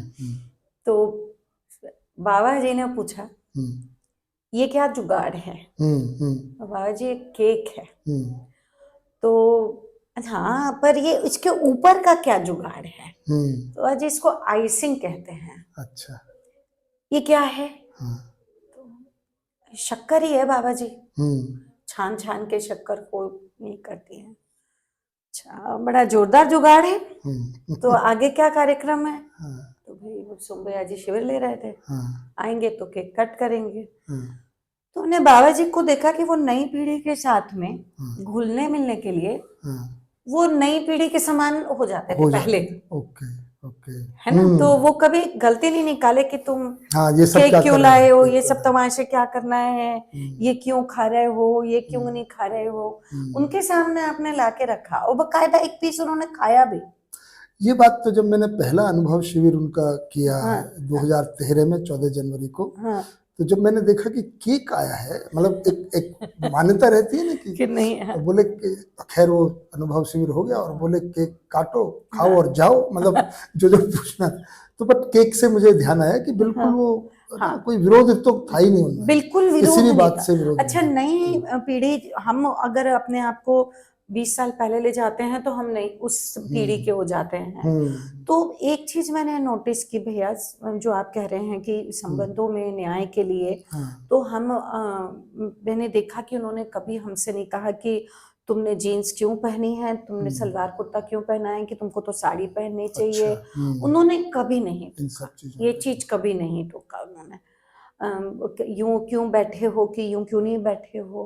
और एक और मजेदार चीज होती थी कि इनका काम शहडोल में चलता था। हम्म, तो वही 2009-10 की बात होगी जी, ये। जी। तो वहां से आ रहे थे और मैं अमरकंटक में थी। ये हम्म, उस समय रात में खाना नहीं खाते थे, बड़े कट्टर जैनिज्म वाले में आ हम्म, गए थे कि हम्म, रात में खाना नहीं है। तो हम्म, बाबा जी अम्बा दीदी को बोल बोल के, हम्म, बाबा आने वाले हैं, हम्म, खाना बनाए कि नहीं, बाबा हम्म, खाना खा के जाएंगे यहाँ पे। हम्म, सो ही यूज्ड टू एंश्योर कि हम्म, कोई भी संबंध, कोई भी उनके पास से आए। हम्म, और शौर्य बेटा जी गए हैं तो उनको वो शौर्य बेटा जी के एज के साथ में उस टाइप के क्वेश्चन उस टाइप करते के थे। क्वेश्चन करते थे। तो जैसा व्यक्ति है उसकी आवश्यकता क्या हाँ है? हाँ Okay, हाँ, तो ये बड़ी अच्छी चीज अच्छी होती बात। थी। और विद्यालय बनने के दौरान भी के प्रश्न, उस समय के भी प्रश्न मुझे याद आते हैं हम्म, कि मैंने बाबा जी से पूछा कि मैं विद्यालय में पढ़ाने आना चाहती हूँ, हम्म, है ना। तो ये 2011 में विद्यालय बन गया था। हम्म, उसके पहले की एक घटना और थी जी, कि बाबा जी ने कहा, किसी ने उनको बोला कि बांसुरी बजाती हैं। तो मैं लेके गई थी बांसुरी। तो बोले कि बजा के बताओ। हम्म, और मेरे तो हाथ पांव फूल गए, तो हवा ही ना निकले। डर के कभी तो जरूर डर के मारे हाँ, और बिना निकले। हवा के वो बजती नहीं। बिना हवा के वो बजती नहीं, हवा ही निकल गई, खुद की निकल गई हवा। तो जी, खुद की हवा निकल गई तो क्या बोले, क्या करें। तो वो थोड़ी बहुत ऐसी कुछ बजी, तो मैं वंदना बजाने की कोशिश की थी, पता नहीं क्या चीज बजी, नहीं पता। खैर बहरहाल वो फिर पूनम बहन जी के साथ नृत्य पे ज्यादा डिस्कस किया। और एक चीज मुझे याद है कि उन्होंने से उनकी उंगली न्यास करने की आदत थी, एक एक से पूछते थे सबसे ये पूछते सही थे। चीज है कि नहीं जी, है, ये है कि जी, नहीं है। तो उन्होंने, मुझे याद है कि पठन कराने के लिए, शिविर के बाद पठन, तो मुझे नताशा बहन जी, अनिता बहन जी, तो उंगली उठा के उन्होंने कहा कि ये इन लोग हैं ना, ये कराएंगे पठन अच्छा, करके। तो फिर बाद में अंदर कमरे में गए तो मैंने बाबा जी से बोला कि बाबा जी मुझे विद्यालय पढ़ाने आना है। हम्म, तो हमेशा इसके पहले तक होता था कि बाबा जी मुझसे, एक तो मैंने आपको बताया कि कुछ अच्छी बात बताओ, हाँ, ये बोलते फिर हैं। कहते थे कि हम आपके जीने से बहुत खुश हैं, वो तो बात तक लास्ट तक बोलते रहे। फिर उनका एक 2003-4 से शुरू हो गया था कि आपकी तबीयत कैसी है, ऐसा है। ये उनका प्रश्न आता था। तो बाबा जी को जब मैंने 2011 में बोला कि बाबा जी मैं, सॉरी 2012 में पढ़ाने आना चाहती हूँ, 2011-12 कभी। तो बाबा जी ने बोला कि तबीयत कैसी है। तो मैंने कहा बाबा जी ठीक है करके। तो उन्होंने कहा कि सभी अध्यापिका को ये लिख के देना है कि वे अपराध मुक्त विधि से विद्यालय में पठन कराएंगे। ओके, तो तो आपने भी लिख के दिया हाँ, सबने लिख के दिया। और फिर आप पढ़ाने गई। हाँ तो दीदी ये this takes us to the next question, है ना, हाँ कि बाबा जी का जो दर्शन है, मध्यस्थ दर्शन जो उन्होंने प्रतिपादित किया है, एक तो न्याय पे जो हमने बात की, और वो समाधान समृद्धि पे भी बहुत जोर देता है ना। तभी वो अपराध मुक्त, मतलब कि है ना, बिना मानव का और प्रकृति का शोषण किए जीना और इस तरह की बातें करते हैं। तो दो बातें उसमें आती हैं कि एक तो आपने बाबा जी के जीने में समाधान और समृद्धि दोनों को कैसे देखा, उनसे क्या प्रेरणा ली, इसके बारे में थोड़ा बताइए।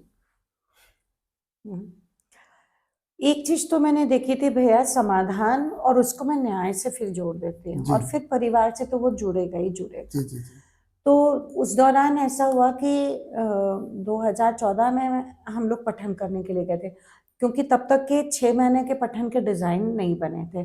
तो पहला जो हुआ वो 2013 में 6 मासिक पठन शुरू हुआ, 2013 में। तो उसमें अनिता बहन जी लोग गए और हम विद्यालय संभाले उस समय में।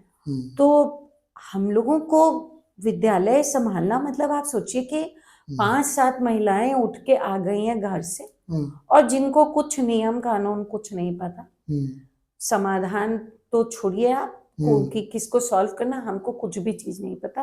हमको डिलीवर भी, कंटेंट भी दे दिए हैं, बाबा जी लिख के दे दिए हैं, चेतना विकास मूल्य शिक्षा, उसको किस तरीके से डिलीवर करना है हमको ये भी नहीं पता।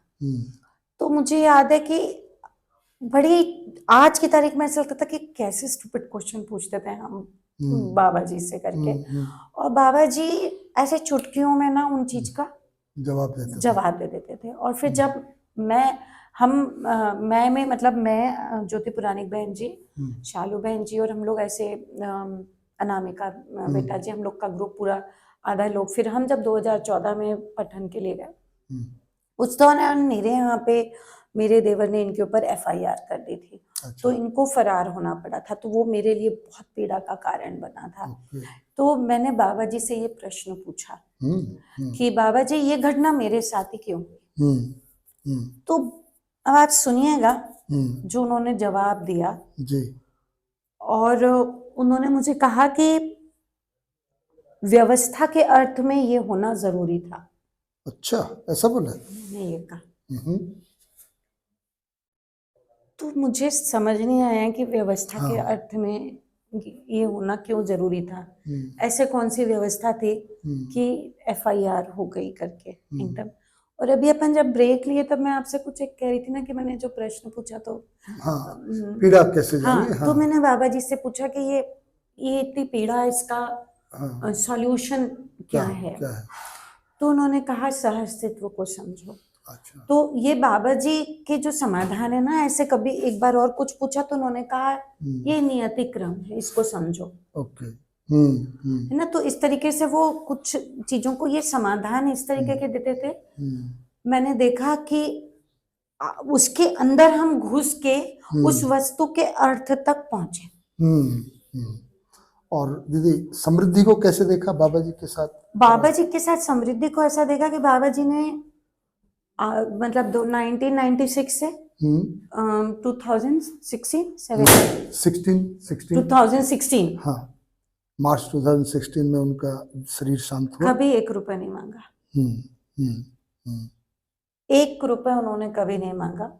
बाबा जी मैं इसलिए ये यहाँ पे बोल रही हूँ इस चीज को क्योंकि बाबा जी ना वो, अच्छा अशोक के साथ में ये प्रॉब्लम है, अच्छा उसको बुलाओ, उन्होंने कहीं से भी सुना हो है ना उस चीज को, तो वो उनको सॉल्यूशन देंगे कि ये प्रॉस्पेरिटी का साइन है। पर उन्होंने कभी भी ये नहीं कहा कि मैंने तुमको सॉल्यूशन दिया तो तुम मुझे इसका एवज में आधा एकड़ जमीन दे दो या खेती का या फसल दे दो, कुछ भी नहीं था।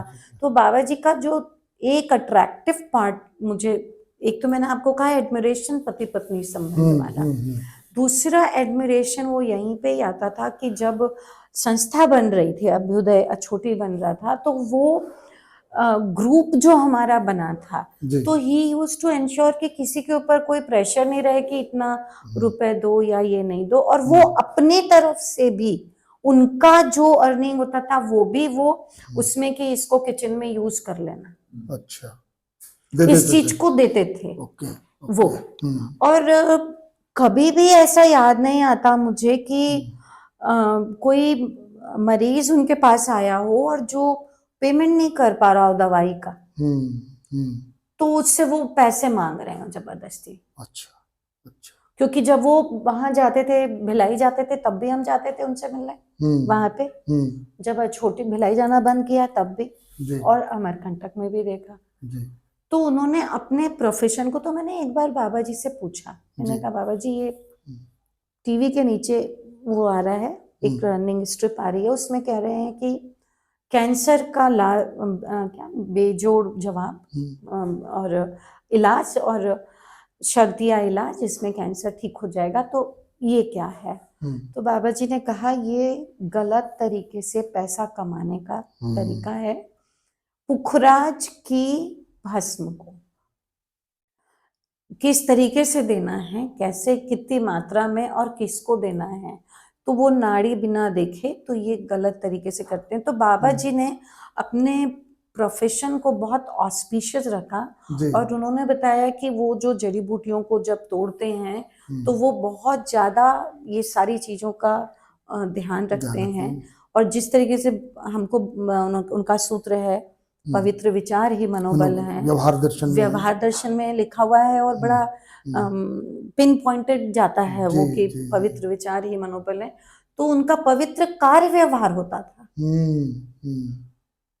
तो उस तरीके से वो मेडिसिन को बनाना और उस तरीके से देना, और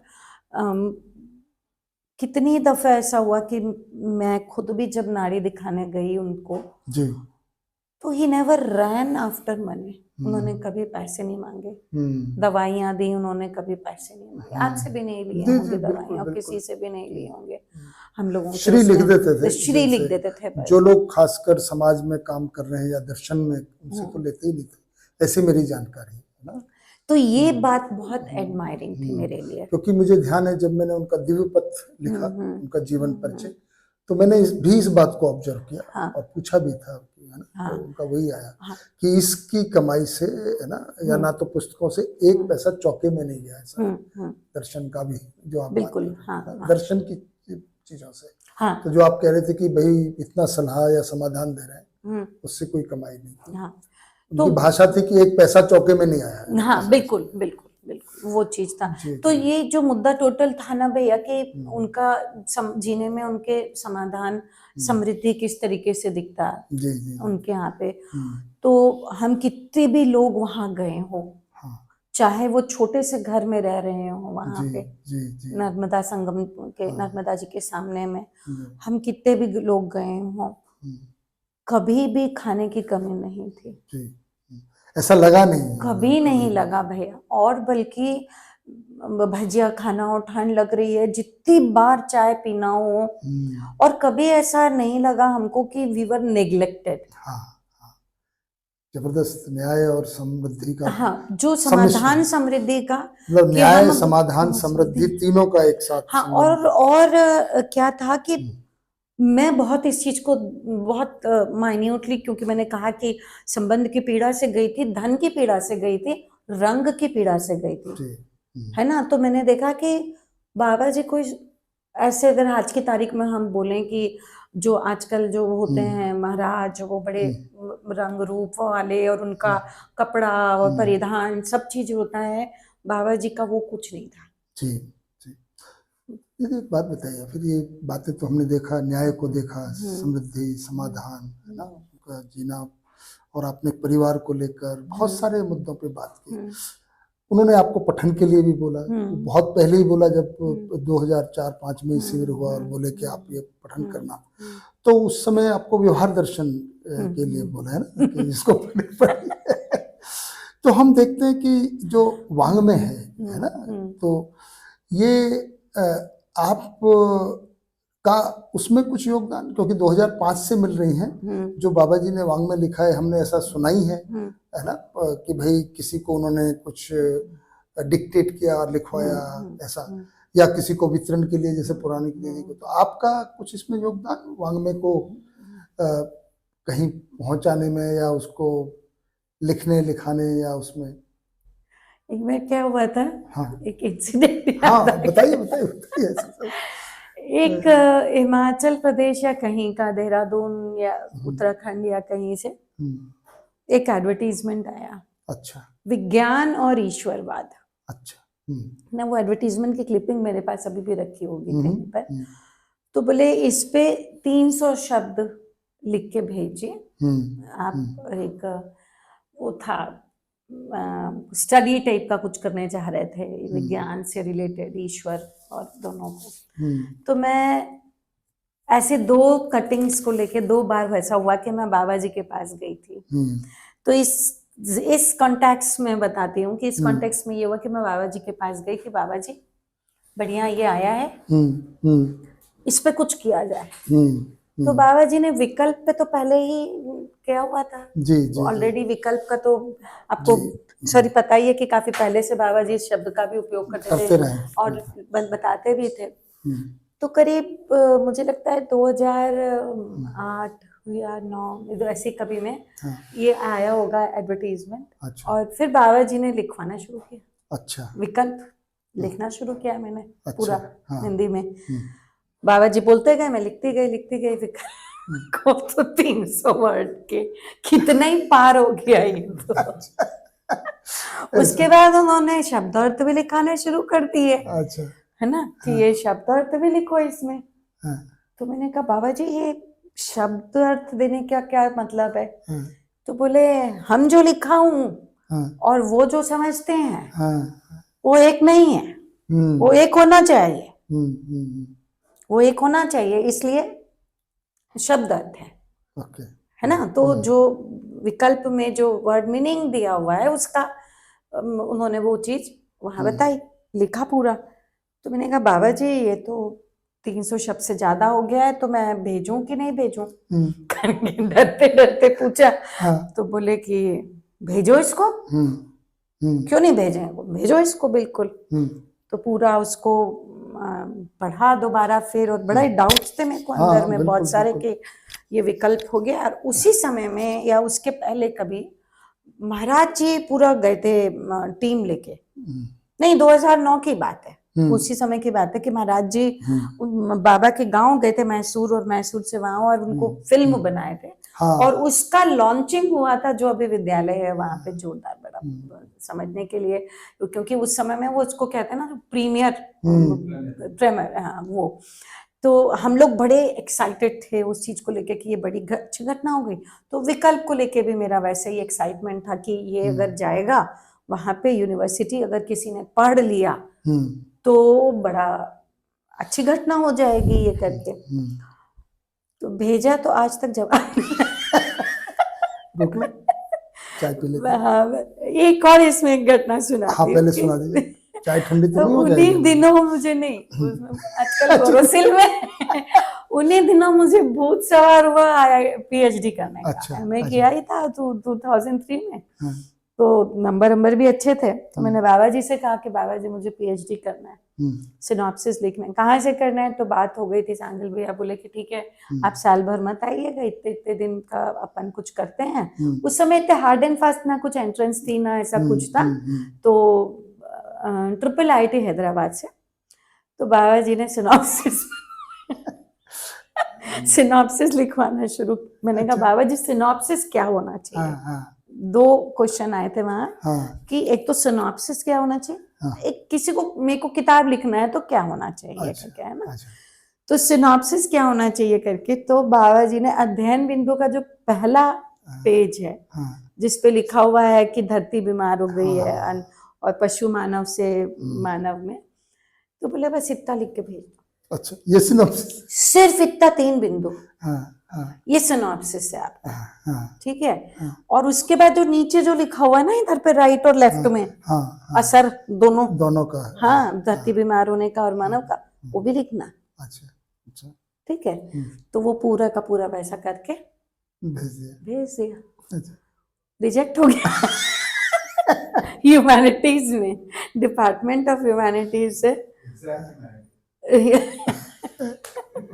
वो रिजेक्ट हो गया। और किताब पे बाबा जी ने कहा कि अपने आप से शुरू करना और समाधान से खत्म करना। कहाँ से शुरू करना? अपने आप से शुरू करना और समाधान पे कि आपको अपनी जिंदगी में कैसे समाधान। बहुत बढ़िया। ब्रेक लेते हैं। ब्रेक लेते हैं। टी विद ना तो टी विद सुरेन भाई में आपका स्वागत है। T with trio. तो बहुत बढ़िया दीदी, हम जैसे वांग्मय की बात कर रहे थे, है ना, तो आपको बाबा जी ने लिखवाया और किया और आपको पठन भी किया। तो आप एक बात बताइए, जैसे परिभाषाएं लिखवाई बाबा जी ने उसमें, तो परिभाषाएं आपको कैसा लगता है? परिभाषाओं के साथ आपका क्या संबंध है? आपने पूछा भी कि बाबा जी परिभाषा क्यों लिखवा रहे हैं? उसके पहले की एक घटना हुई कि जब बाबा जी घर आए थे, तो मैंने कहा बाबा जी मैंने किताबें पूरी पढ़ ली, अच्छा अब क्या करूं? तो बाबा जी ने कहा परिभाषा संहिता को मन लगा के पढ़ो। अच्छा। तो बाबा जी हमेशा कहते थे कि ये जो किताबें आप पढ़ लेते हो 14 किताबें, उसके बाद परिभाषा संहिता जरूर पढ़ो। अच्छा। इन्होंने ये मुझे तो कहा, और मैंने बाद में भी जब यहाँ एग्रीकल्चर कॉलेज वालों के सब आए पठन किए हमने, तो हम परिभाषा संहिता पढ़े। और परिभाषा संहिता को पढ़ने से पहले ये हुआ कि 2014 में ही बाबा जी से मैंने प्रश्न पूछा कि बाबा ये ना परिभाषाएं, मतलब शब्द और शब्द के अर्थ याद नहीं होते, परिभाषाएं याद नहीं होती। तो उन्होंने मुझसे काउंटर क्वेश्चन किया, अर्थ समझ में आते हैं? तो मैंने कहा जी। फिर एनकाउंटर कर दिया, अच्छा जीने में आता है? तो मैंने कहा हाँ, प्रयास तो जीने में तो आता है। बोले इतना काफी है, बहुत बढ़िया। है ना। तो अब ये समझ में आता है ऑटोमेटिकली, नियति सहज, कि जब जीने में आ जाता है तो परिभाषाएं याद आ जाती हैं। बहुत बढ़िया। परिभाषाओं का जो रेलिवेंस है मतलब वो ये जीने ना, के साथ। हाँ मतलब ये और एक कृतज्ञता किस तरीके से आती है बाबा जी के प्रति कि जी बहुत ज्यादा दर्शन तो कभी पढ़े नहीं जी है जी कुछ जी। भी, जो पढ़ाई है तो, पर थोड़ा बहुत जो था हम्म, तो उसमें कहते थे कि इसको 84 लाख बार बोल लो, इस मंत्र को हम्म, ये कर लो, ये प्रमाणित है जी ना। तो ये वाङ्मय पूरा का पूरा 14 किताबें, ये मैं बड़े माइन्यूटली देखती थी बाबा जी के, प्रमाणित हैं। तो प्रमाणित कैसे हैं, वाङ्मय कैसे प्रमाणित है, तो बाबा जी ने उसको जिया है। एक एक किताब को मैं उस तरीके से देखती थी, एक एक किताब को देखती थी मैं। और जब मैं पहुंची कहाँ पे, मनोविज्ञान पे पहुंची, संचेतनावादी मनोविज्ञान पे, तो मुझे I was mesmerised, I was, मेरे पास कुछ शब्द नहीं बचे थोड़े समय के लिए, मैं एकदम होल्ड हो गई थी कि कैसे पॉसिबल है कि आदमी इस चीज को देख पाता है, समझ पाता है और जी पाता है। जब जो बड़ी बात, क्योंकि जब बाबा जी बोलते थे ये तो जीवन में है, ये तो नियति सहज है ना। तो बाबा जी इस चीजों को बोल देते थे, जैसे मुझे उन्होंने कहा एक चीज कि स्वीकार कर लो, तो वो जीवन में है। तो स्वीकृति जीवन की क्रिया है, जीवन मन की क्रिया है। तो बाबा जी को वो पूरी याद रहती थी, हाँ वो सारी चीजें। तो ये उनका प्रमाण, वाङ्मय को जी के प्रमाणित किया। तो पहले जो लगता था कि पता नहीं, ये जो बीच में एक ऐसा डिलेमा था भैया कि उसमें लगता था कि नहीं, आस्था में भी जी लिया जाए और इसको भी जी लिया जाए। वो ये जो इज्म है ना, ये कट्टरता पे ला देता है। और दर्शन जो है, सहअस्तित्ववाद, जो बाबा ने कहा कि सहअस्तित्व को समझो, नियति को समझो, ये सरल बना देता है। अच्छा। ये लिवेबल, मतलब परिवार में, और जिस सम्मान को मैं सालों खोजती रही भैया, बाहर खोजती रही जी, और वो अब मेरे अंदर में इतनी अपार संतुष्टि कि मुझे कोई गिला शिकवा नहीं है। उस जगह पे ये दर्शन जो है ना, ये ला देता है कि ना मुझे कुछ चाहिए, ना मेरे पास कुछ है, ना मुझे कुछ करना है। उतनी तृप्ति, असीम तृप्ति, और अपने नेचुरल सेल्फ में मैं रहने का मेरा पूरा अभ्यास, वो चीज ना छूटे। मैंने बाबा जी को का जो मेरा एडमिरेशन रिलेशनशिप पे रहा, और बाबा जी माता जी के साथ में वो जो किए कि माता जी ने कहा कि मंदिर चले जाओ, तो बाबा जी मंदिर चले गए। तो मैं देखती थी कि माँ ने कहा कि तुम एक बार दर्शन करके आ जाओ, तो मैं दर्शन करके आ जाते थे। उसमें मेरा कुछ नहीं जाएगा, संबंध प्रधान था, उसमें मेरा कुछ नहीं जाएगा। पर माँ अकेले बैठे हुए हैं और इतनी बड़ी व्यवस्था को, तो मैं वो व्यवस्था को संभाल लेती थी। हाँ, तो वो सम्मान जिसके लिए मैं तरस रही थी, वो आज मेरे पास में आ गया, मिल गया। तो ये जो जैनिज्म या कोई भी इज्म, और आज जो दर्शन को पढ़ के जो मुझे नेशनली सम्मान मिला है। दीदी एक बात बताइए, जैसे आप कह रहे हैं ना, आपने तो एक लंबा समय बिताया, जहाँ तक मुझे याद है 30 अप्रैल को आप 1995 को पहली बार मिले, और 96 में, 96 में, है ना, और लगभग 20 साल मोटा मोटा आपने बताया। तो ओवर द पीरियड जो बाबा जी का आपका या औरों के साथ में भी दर्शन की वस्तु को रखना और वस्तु की प्रस्तुति, है ना, एक तो शैली है वस्तु को, क्या इन दोनों में या किसी में कोई परिवर्तन देखा आपने ओवर द पीरियड 20 साल के अंतराल में? यार शुरू से आखिर तक बाबा जी जो पक्का पैटर्न था, वो संपृक्तता से ही शुरू करते थे। अच्छा। शुरू से आखिर तक के, मेरे को लगता है, शुभ आप बताइए, मेरे ख्याल से जितना मुझे याद आता है वो उसी से ही शुरू करते थे जी, कि पहले इस चीज को तो समझ लो, तो भटकना बंद होगा, है ना। तो वो एक बार एक बिलासपुर बिलासपुर हाई कोर्ट, नहीं हाई कोर्ट बन गया था क्या शायद, कोई एडवोकेट आए थे वो हाँ दर्शन के कॉन्टेक्स्ट में कुछ रिसर्च करना चाह रहे थे, अच्छा तो उनको बैठा के भी उन्होंने वहीं से शुरू किया, अच्छा संपृक्तता से शुरू किया। तो एक व्यक्ति आए चाहे 5 बैठे, बाबा जी का शुरू से आखिरी तक के संपर्कता को लेके ही वो रखते वो थे। शुरू करते थे। फिर भले ही आपके क्वेश्चन, अगर आपने कोई स्पेसिफिक क्वेश्चन किया है तो वो उसको, अब जैसे आप लोगों ने काफी सारे क्वेश्चन किए हैं तो आपको पता ही है कि फिर वो बात करना, इसको तो सुन लो पहले, इसको तो समझ लो पहले, उस तरीके से उनका था। संस्कार और प्रारब्ध जैसे उसकी 5 सीरीज है 20-20 मिनट की कंटिन्यूएशन में, तो उसको अगर सुनने जाएंगे तो भी वो भी इंटरेस्टिंग है। तो मुझे लगता है कि बाबा जी प्रयास करते थे आखिरी समय तक के कि इजी कर दें दर्शन, खुद आदमी तक पहुंचे, और कम से कम वो 20-25 लोगों को तो खड़ा कर दें जो उसको आगे कैरी फॉरवर्ड, मतलब जो परंपरा बनाने वाली बात कर रहे हैं हम, उसको कर ले। तो ये वाली बात तो मुझे जी ठीक है दीदी, मेरे पास तो अभी 1-2 और पूछनी है बातें मुझसे, पर उससे पहले श्याम भाई और अशोक भाई से भी पूछ रहे थे। श्याम भैया कुछ, ठीक है, अशोक भैया आप कुछ।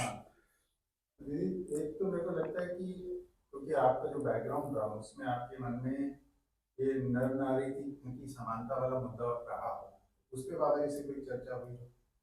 एक ये बात, और एक मुद्दा जो बहुत नहीं आया हम लोगों के उसमें है ना, जो मैन वुमन रिलेशनशिप के अंदर फिजिकलिटी है, इसको लेके बहुत बात नहीं हो पाई। इसके ऊपर अगर कभी कुछ बात हुई, आप काफी बोल्ड क्वेश्चन। मुझे याद आ गई वो बात अभी, जो आप बोल रहे हो कि फिजिकलिटी की बात होती है, तो बाबा जी ने मुझे, मैं एग्जैक्ट उनके वर्ड्स तो मुझे याद नहीं है, पर उन्होंने इस चीज को स्पेसिफिकली कहा था, मैं थी वहां पे, और मुझे भी कहा था उन्होंने कि इस बात को युवा पीढ़ी के सामने बहुत सम्मानजनक तरीके से रखा जाए और इस बात पे चर्चा की जाए। ये बाबा जी ने बहुत अच्छा, बाबा जी का कोई भी एस्पेक्ट ले लीजिए, उनकी कभी भी भाषा गड़बड़ नहीं हुई। तो उन्होंने इस बात को भी, जब फिजिकलिटी की बात हो, फिजिकल एब्यूज, ड्रग्सों कुछ भी बात हो, तो बाबा जी से जब भी इन सारी बातों पे बात हुई है, तो बाबा जी कहते थे कि बेटा इसको बहुत सम्मानजनक तरीके से रखना, और युवा पीढ़ी से इस पे चर्चा जब भी, इसको जरूर करो चर्चा,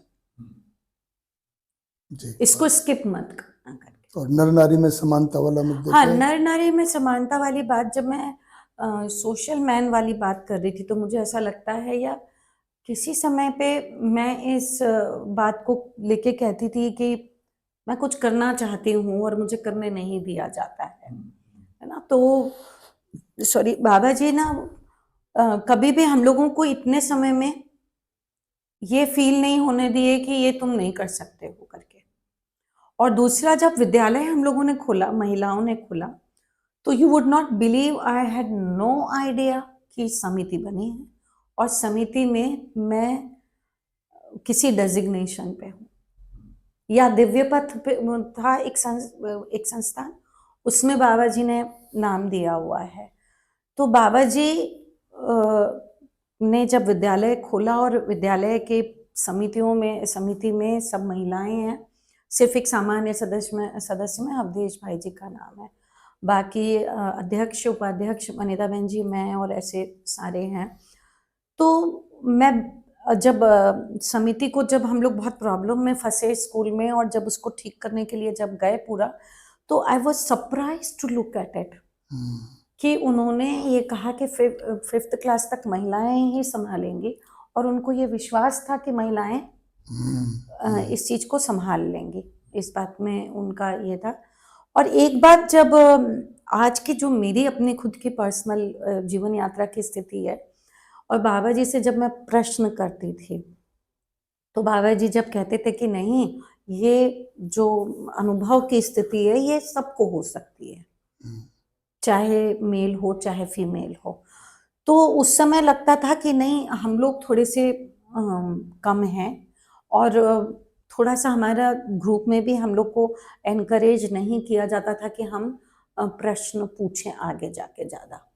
बाबा जी से। तो जो भी साधन भैया ने पूछ लिया, आपने पूछ लिया, और बाकी भाई जी लोगों ने पूछ लिया, दैट वाज ठीक है। और अगर पर्सनली पूछना होता था तो हम बाबा जी से अलग से पूछते थे अपने क्वेश्चन को।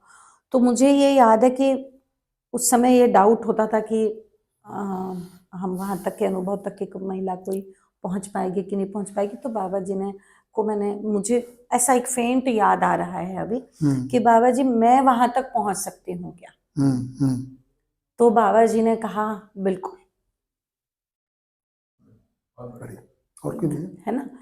बहुत तो बढ़िया थी। हाँ, बहुत सुंदर। तो बाबा जी तो समान ही मानते थे। हाँ, और बल्कि मुझे तो लगता है कि उन्होंने जो पहले परंपरा में असंतुलन हो गया नर नारी में, थोड़ा सा महिलाओं को पुश किया है आगे कि संभालिए, आप कर सकती कर हैं, है ना? सकते हैं, जैसे हाँ। विद्यालय की जिम्मेदारी आपको बताई, और समझने की, पढ़ने की, हाँ, और आप समझ सकते हैं। हाँ, तो बिल्कुल इक्वल फुटिंग पे रखा है, क्योंकि वो बिल्कुल, तो जीवन समान है, ऐसा बिल्कुल, मानते हैं। बहुत बिल्कुल, सुंदर। बिल्कुल। तो दीदी एक बात और बताइए कि आपके अनुसार आज, है ना, मध्यस्थ दर्शन जीवन विद्या आप शिविर भी लेती हैं, है ना, अध्ययन भी कराती हैं जूम से, है ना, और अभी थोड़ा स्वास्थ्य जब भी परमिट करता है, अपने घर में ही आपने बहुत लोगों को अध्ययन कराया है, उसमें से बहुत लोग आगे निकले हैं, अध्ययन में आए हैं। इन सब में आपको एक सेंट्रल मैसेज जिसको कहते हैं ना, मुख्य संदेश जीवन विद्या या मध्यस्थ दर्शन का क्या लगता है? भैया, एक तो मुझे ये समझ में आता है कि जिस चीज को हम बाहर खोज रहे रहते हैं पूरा समय, खुशियों को बाहर सोचते हैं कि सुरेंद्र भैया मुझे खुश नहीं रख पाए, या मेरे भाई मुझे खुश नहीं रख पाए, पति नहीं रखे। तो जो ये चीज ये बड़ी अच्छी सी है कि ये हमसे शुरू होती है, एंड यू कैन यानी नॉट सुखी होने की जिम्मेदारी हमारी हमारी है, and you can not skip yourself. ये नियति सहज है कि अगर ये नियति आप पे कुछ घटनाओं को रिपीटेडली कर रही है और हमको समझ नहीं आ रहा है कि ये रिपीटेडली क्यों हो रही हैं, तो it means that we have to travel within us, we have to start exploring the unexplored. है ना? तो एक तो ये बहुत ही सुंदर, और ये जो दर्शन को लेके एक अभी मान्यता है कि इट इज भाषा बहुत कठिन है ये इस चीज की। तो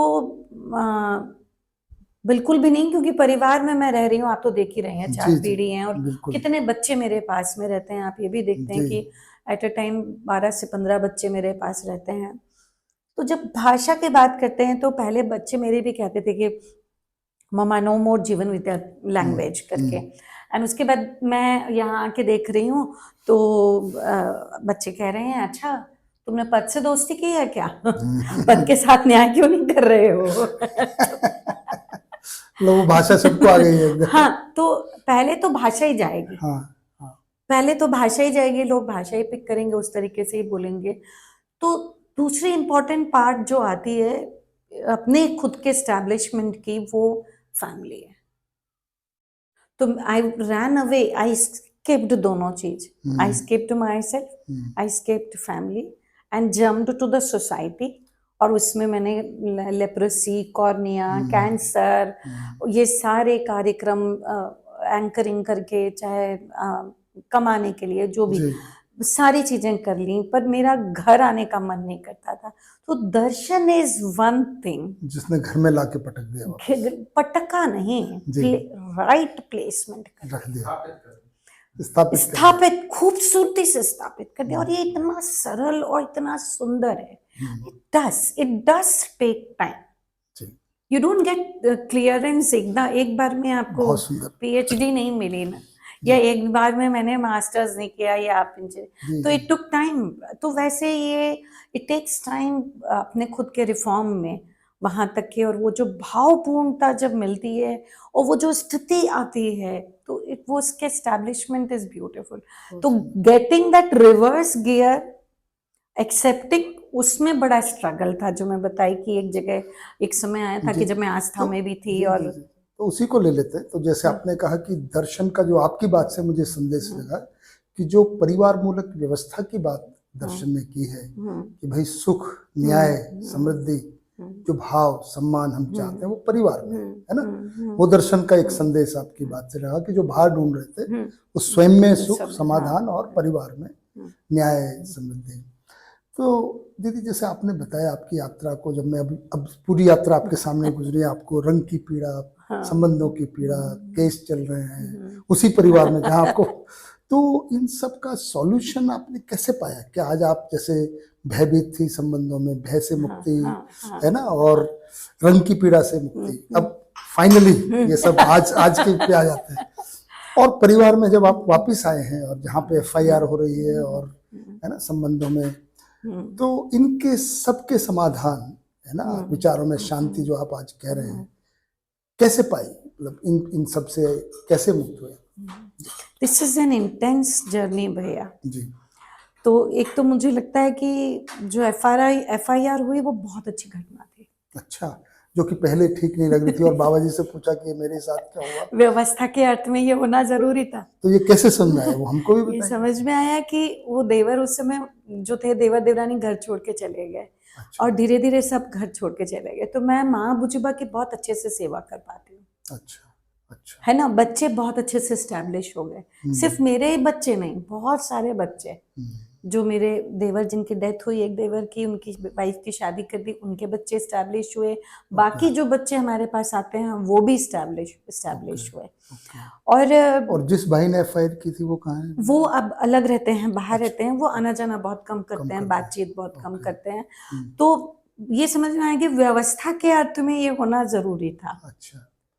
तो ये बहुत बड़ी व्यवस्था थी कि जिसमें हमारे माँ बाप जो हैं, अब जो डिटोरेट हो रहे हैं और जिनको सेवा की जरूरत है, और साथ में सिर्फ सेवा नहीं था, माँ अपना शरीर छोड़े, उसके 2 साल पहले मेरा उनसे रिलेशन बहुत अच्छा हो गया। दोनों माँ से रिलेशन बहुत अच्छा, वो मेरी मम्मी और मेरी माँ, मम्मी तो है अभी भी, और पिताजी का अभी भी उनका सब कार्यक्रम चल कपट दम पाकन सब चलता है। पर मजेदार चीज है कि हम उससे अप्रभावित रहते हैं, और बच्चों को भी मैं कहती हूँ कि अप्रभावित रहो, अपने को मन तन धन से उनकी सेवा करना है।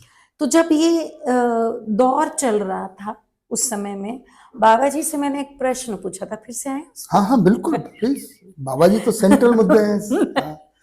जी। तो मैंने साधन भाई जी को फोन लगाया, क्योंकि उस समय मोबाइल तो आ ही गया था। बाबा जी टेक्नोलॉजी को भी बहुत अप्रिशिएट करते थे। मैसेज भेजो, बोलते मैसेज, अच्छा हो गया, पहुंच गया, ऐसा करते थे। तो मैंने कहा साधन भाई, मुझे बाबा जी से पूछ के बताइएगा कि ये वकील और ये सारे कोर्ट केसेस में और घर में इतने लड़ाई झगड़े हैं, तो इस समय इस स्थिति को कैसे डील करूं, कैसे समझूं? शायद साधन भाई जी को भी याद भी नहीं होगा, परंतु उन्होंने बाबा जी से पूछा और फिर उन्होंने वापस कॉल किया मुझे। उन्होंने बोला कि बाबा जी कह रहे हैं, वो बाबा जी पीछे थे, बैठे हुए थे, उन्होंने कहा कि बाबा जी कह रहे हैं कि दीदी आप अपने विवेक का उपयोग करिए पूरे इसमें। तो आज समझ में आता है इस चीज का महत्व।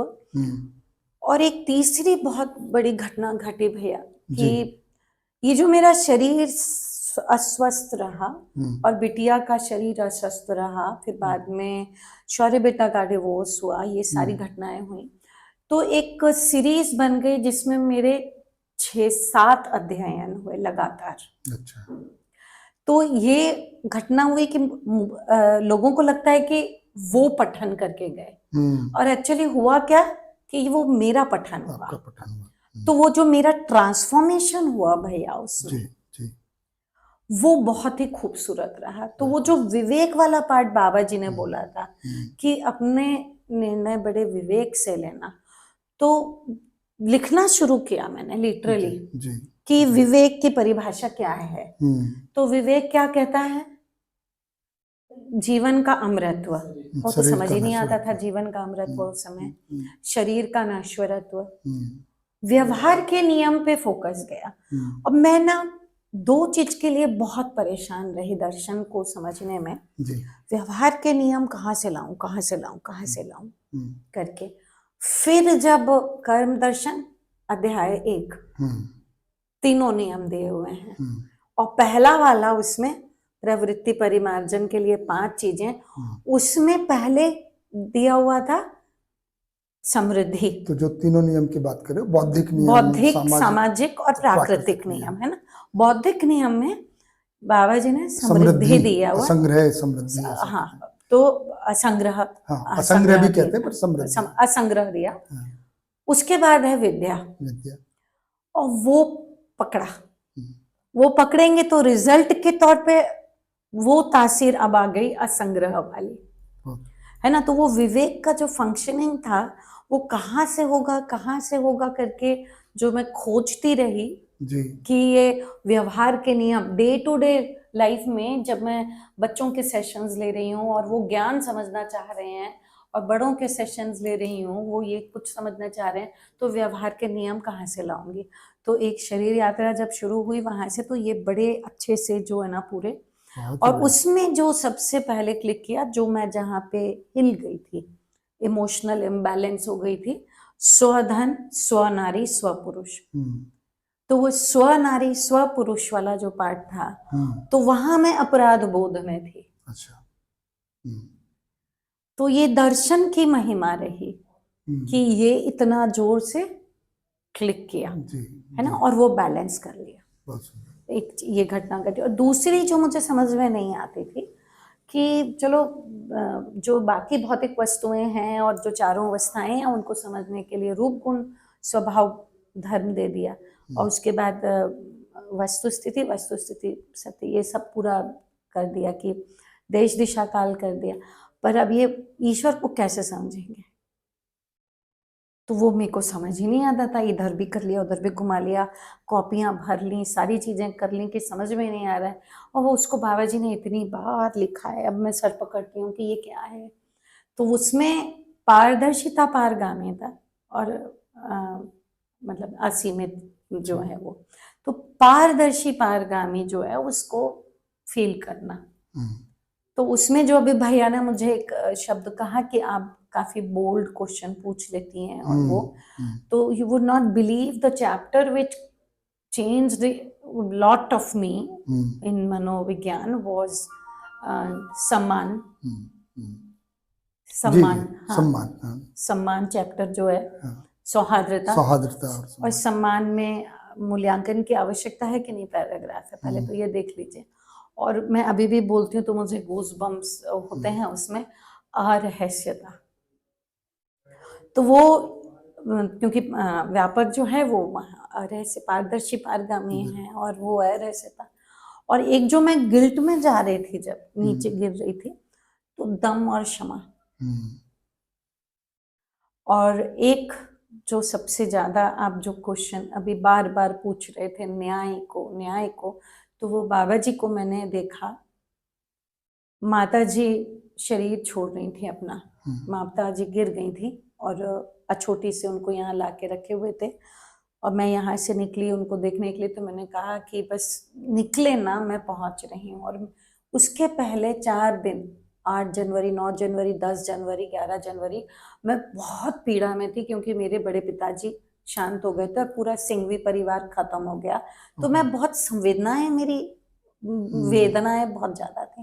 तो मैं बाबा जी को देखी जाके, तो बाबा जी बोले हम बहुत ठीक हैं, हम एकदम ठीक हैं, और हम खुश हैं माता जी जहाँ है वहां पे।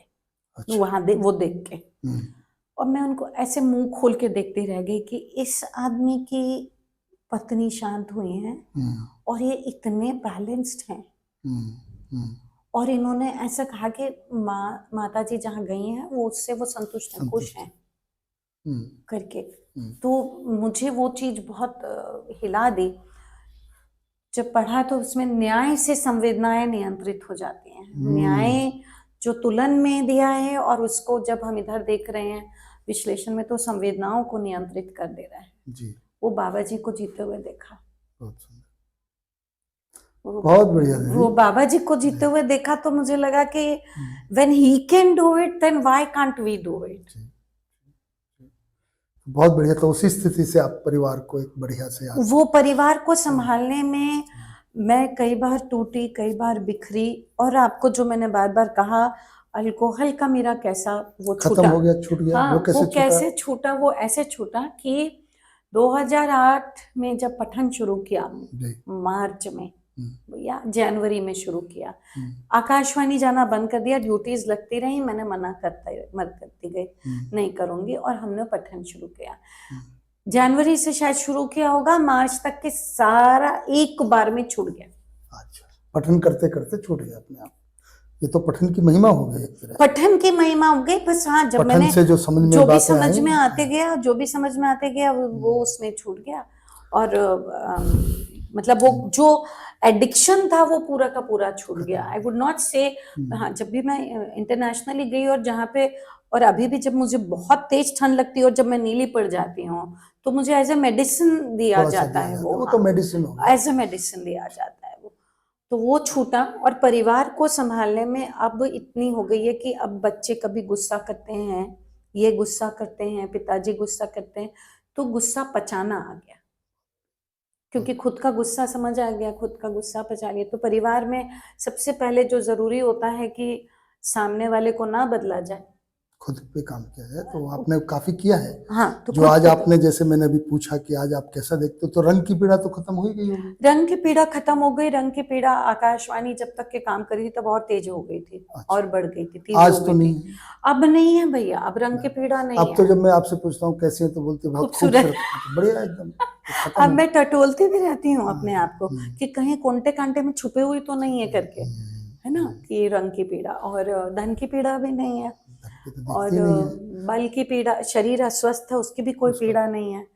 तो तो कुल मिलाकर आप बढ़िया स्थिति में और हैं, भय भी ऊपर से नहीं है, अब वो भय जो भी था नहीं। पहला वो जो था, और गिले शिकवे भी नहीं है। क्या बात है। तो हमने वो जो, जब आपकी शादी विवाह हुआ 86 हाँ। के आसपास है ना, 86 में, और जो स्थिति आज उससे बिल्कुल हाँ। सही स्थिति में आपको पाते हैं, वो इसके लिए पति तो पत्नी संबंध में भी जो संतुष्टि होनी चाहिए, वो जो कॉम्प्लीमेंट्रीनेस होनी चाहिए, तो वो बहुत सुंदर है। मतलब कमी मुझे पता है, परंतु वो कमी में चाहे कुछ भी घर में क्योस ला रही हो, परंतु वो पीड़ा का कारण नहीं बन बहुत रही। बढ़िया।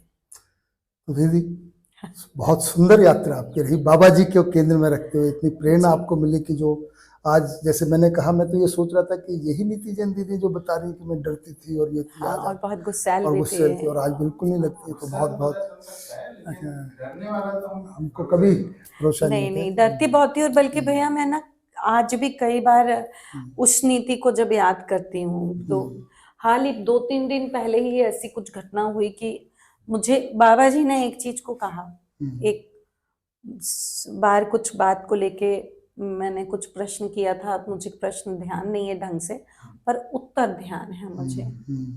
तो बोले व्यवस्था के अर्थ में डंडा चलाया करो। हमने कई जगह से अलग-अलग विधि से सुना।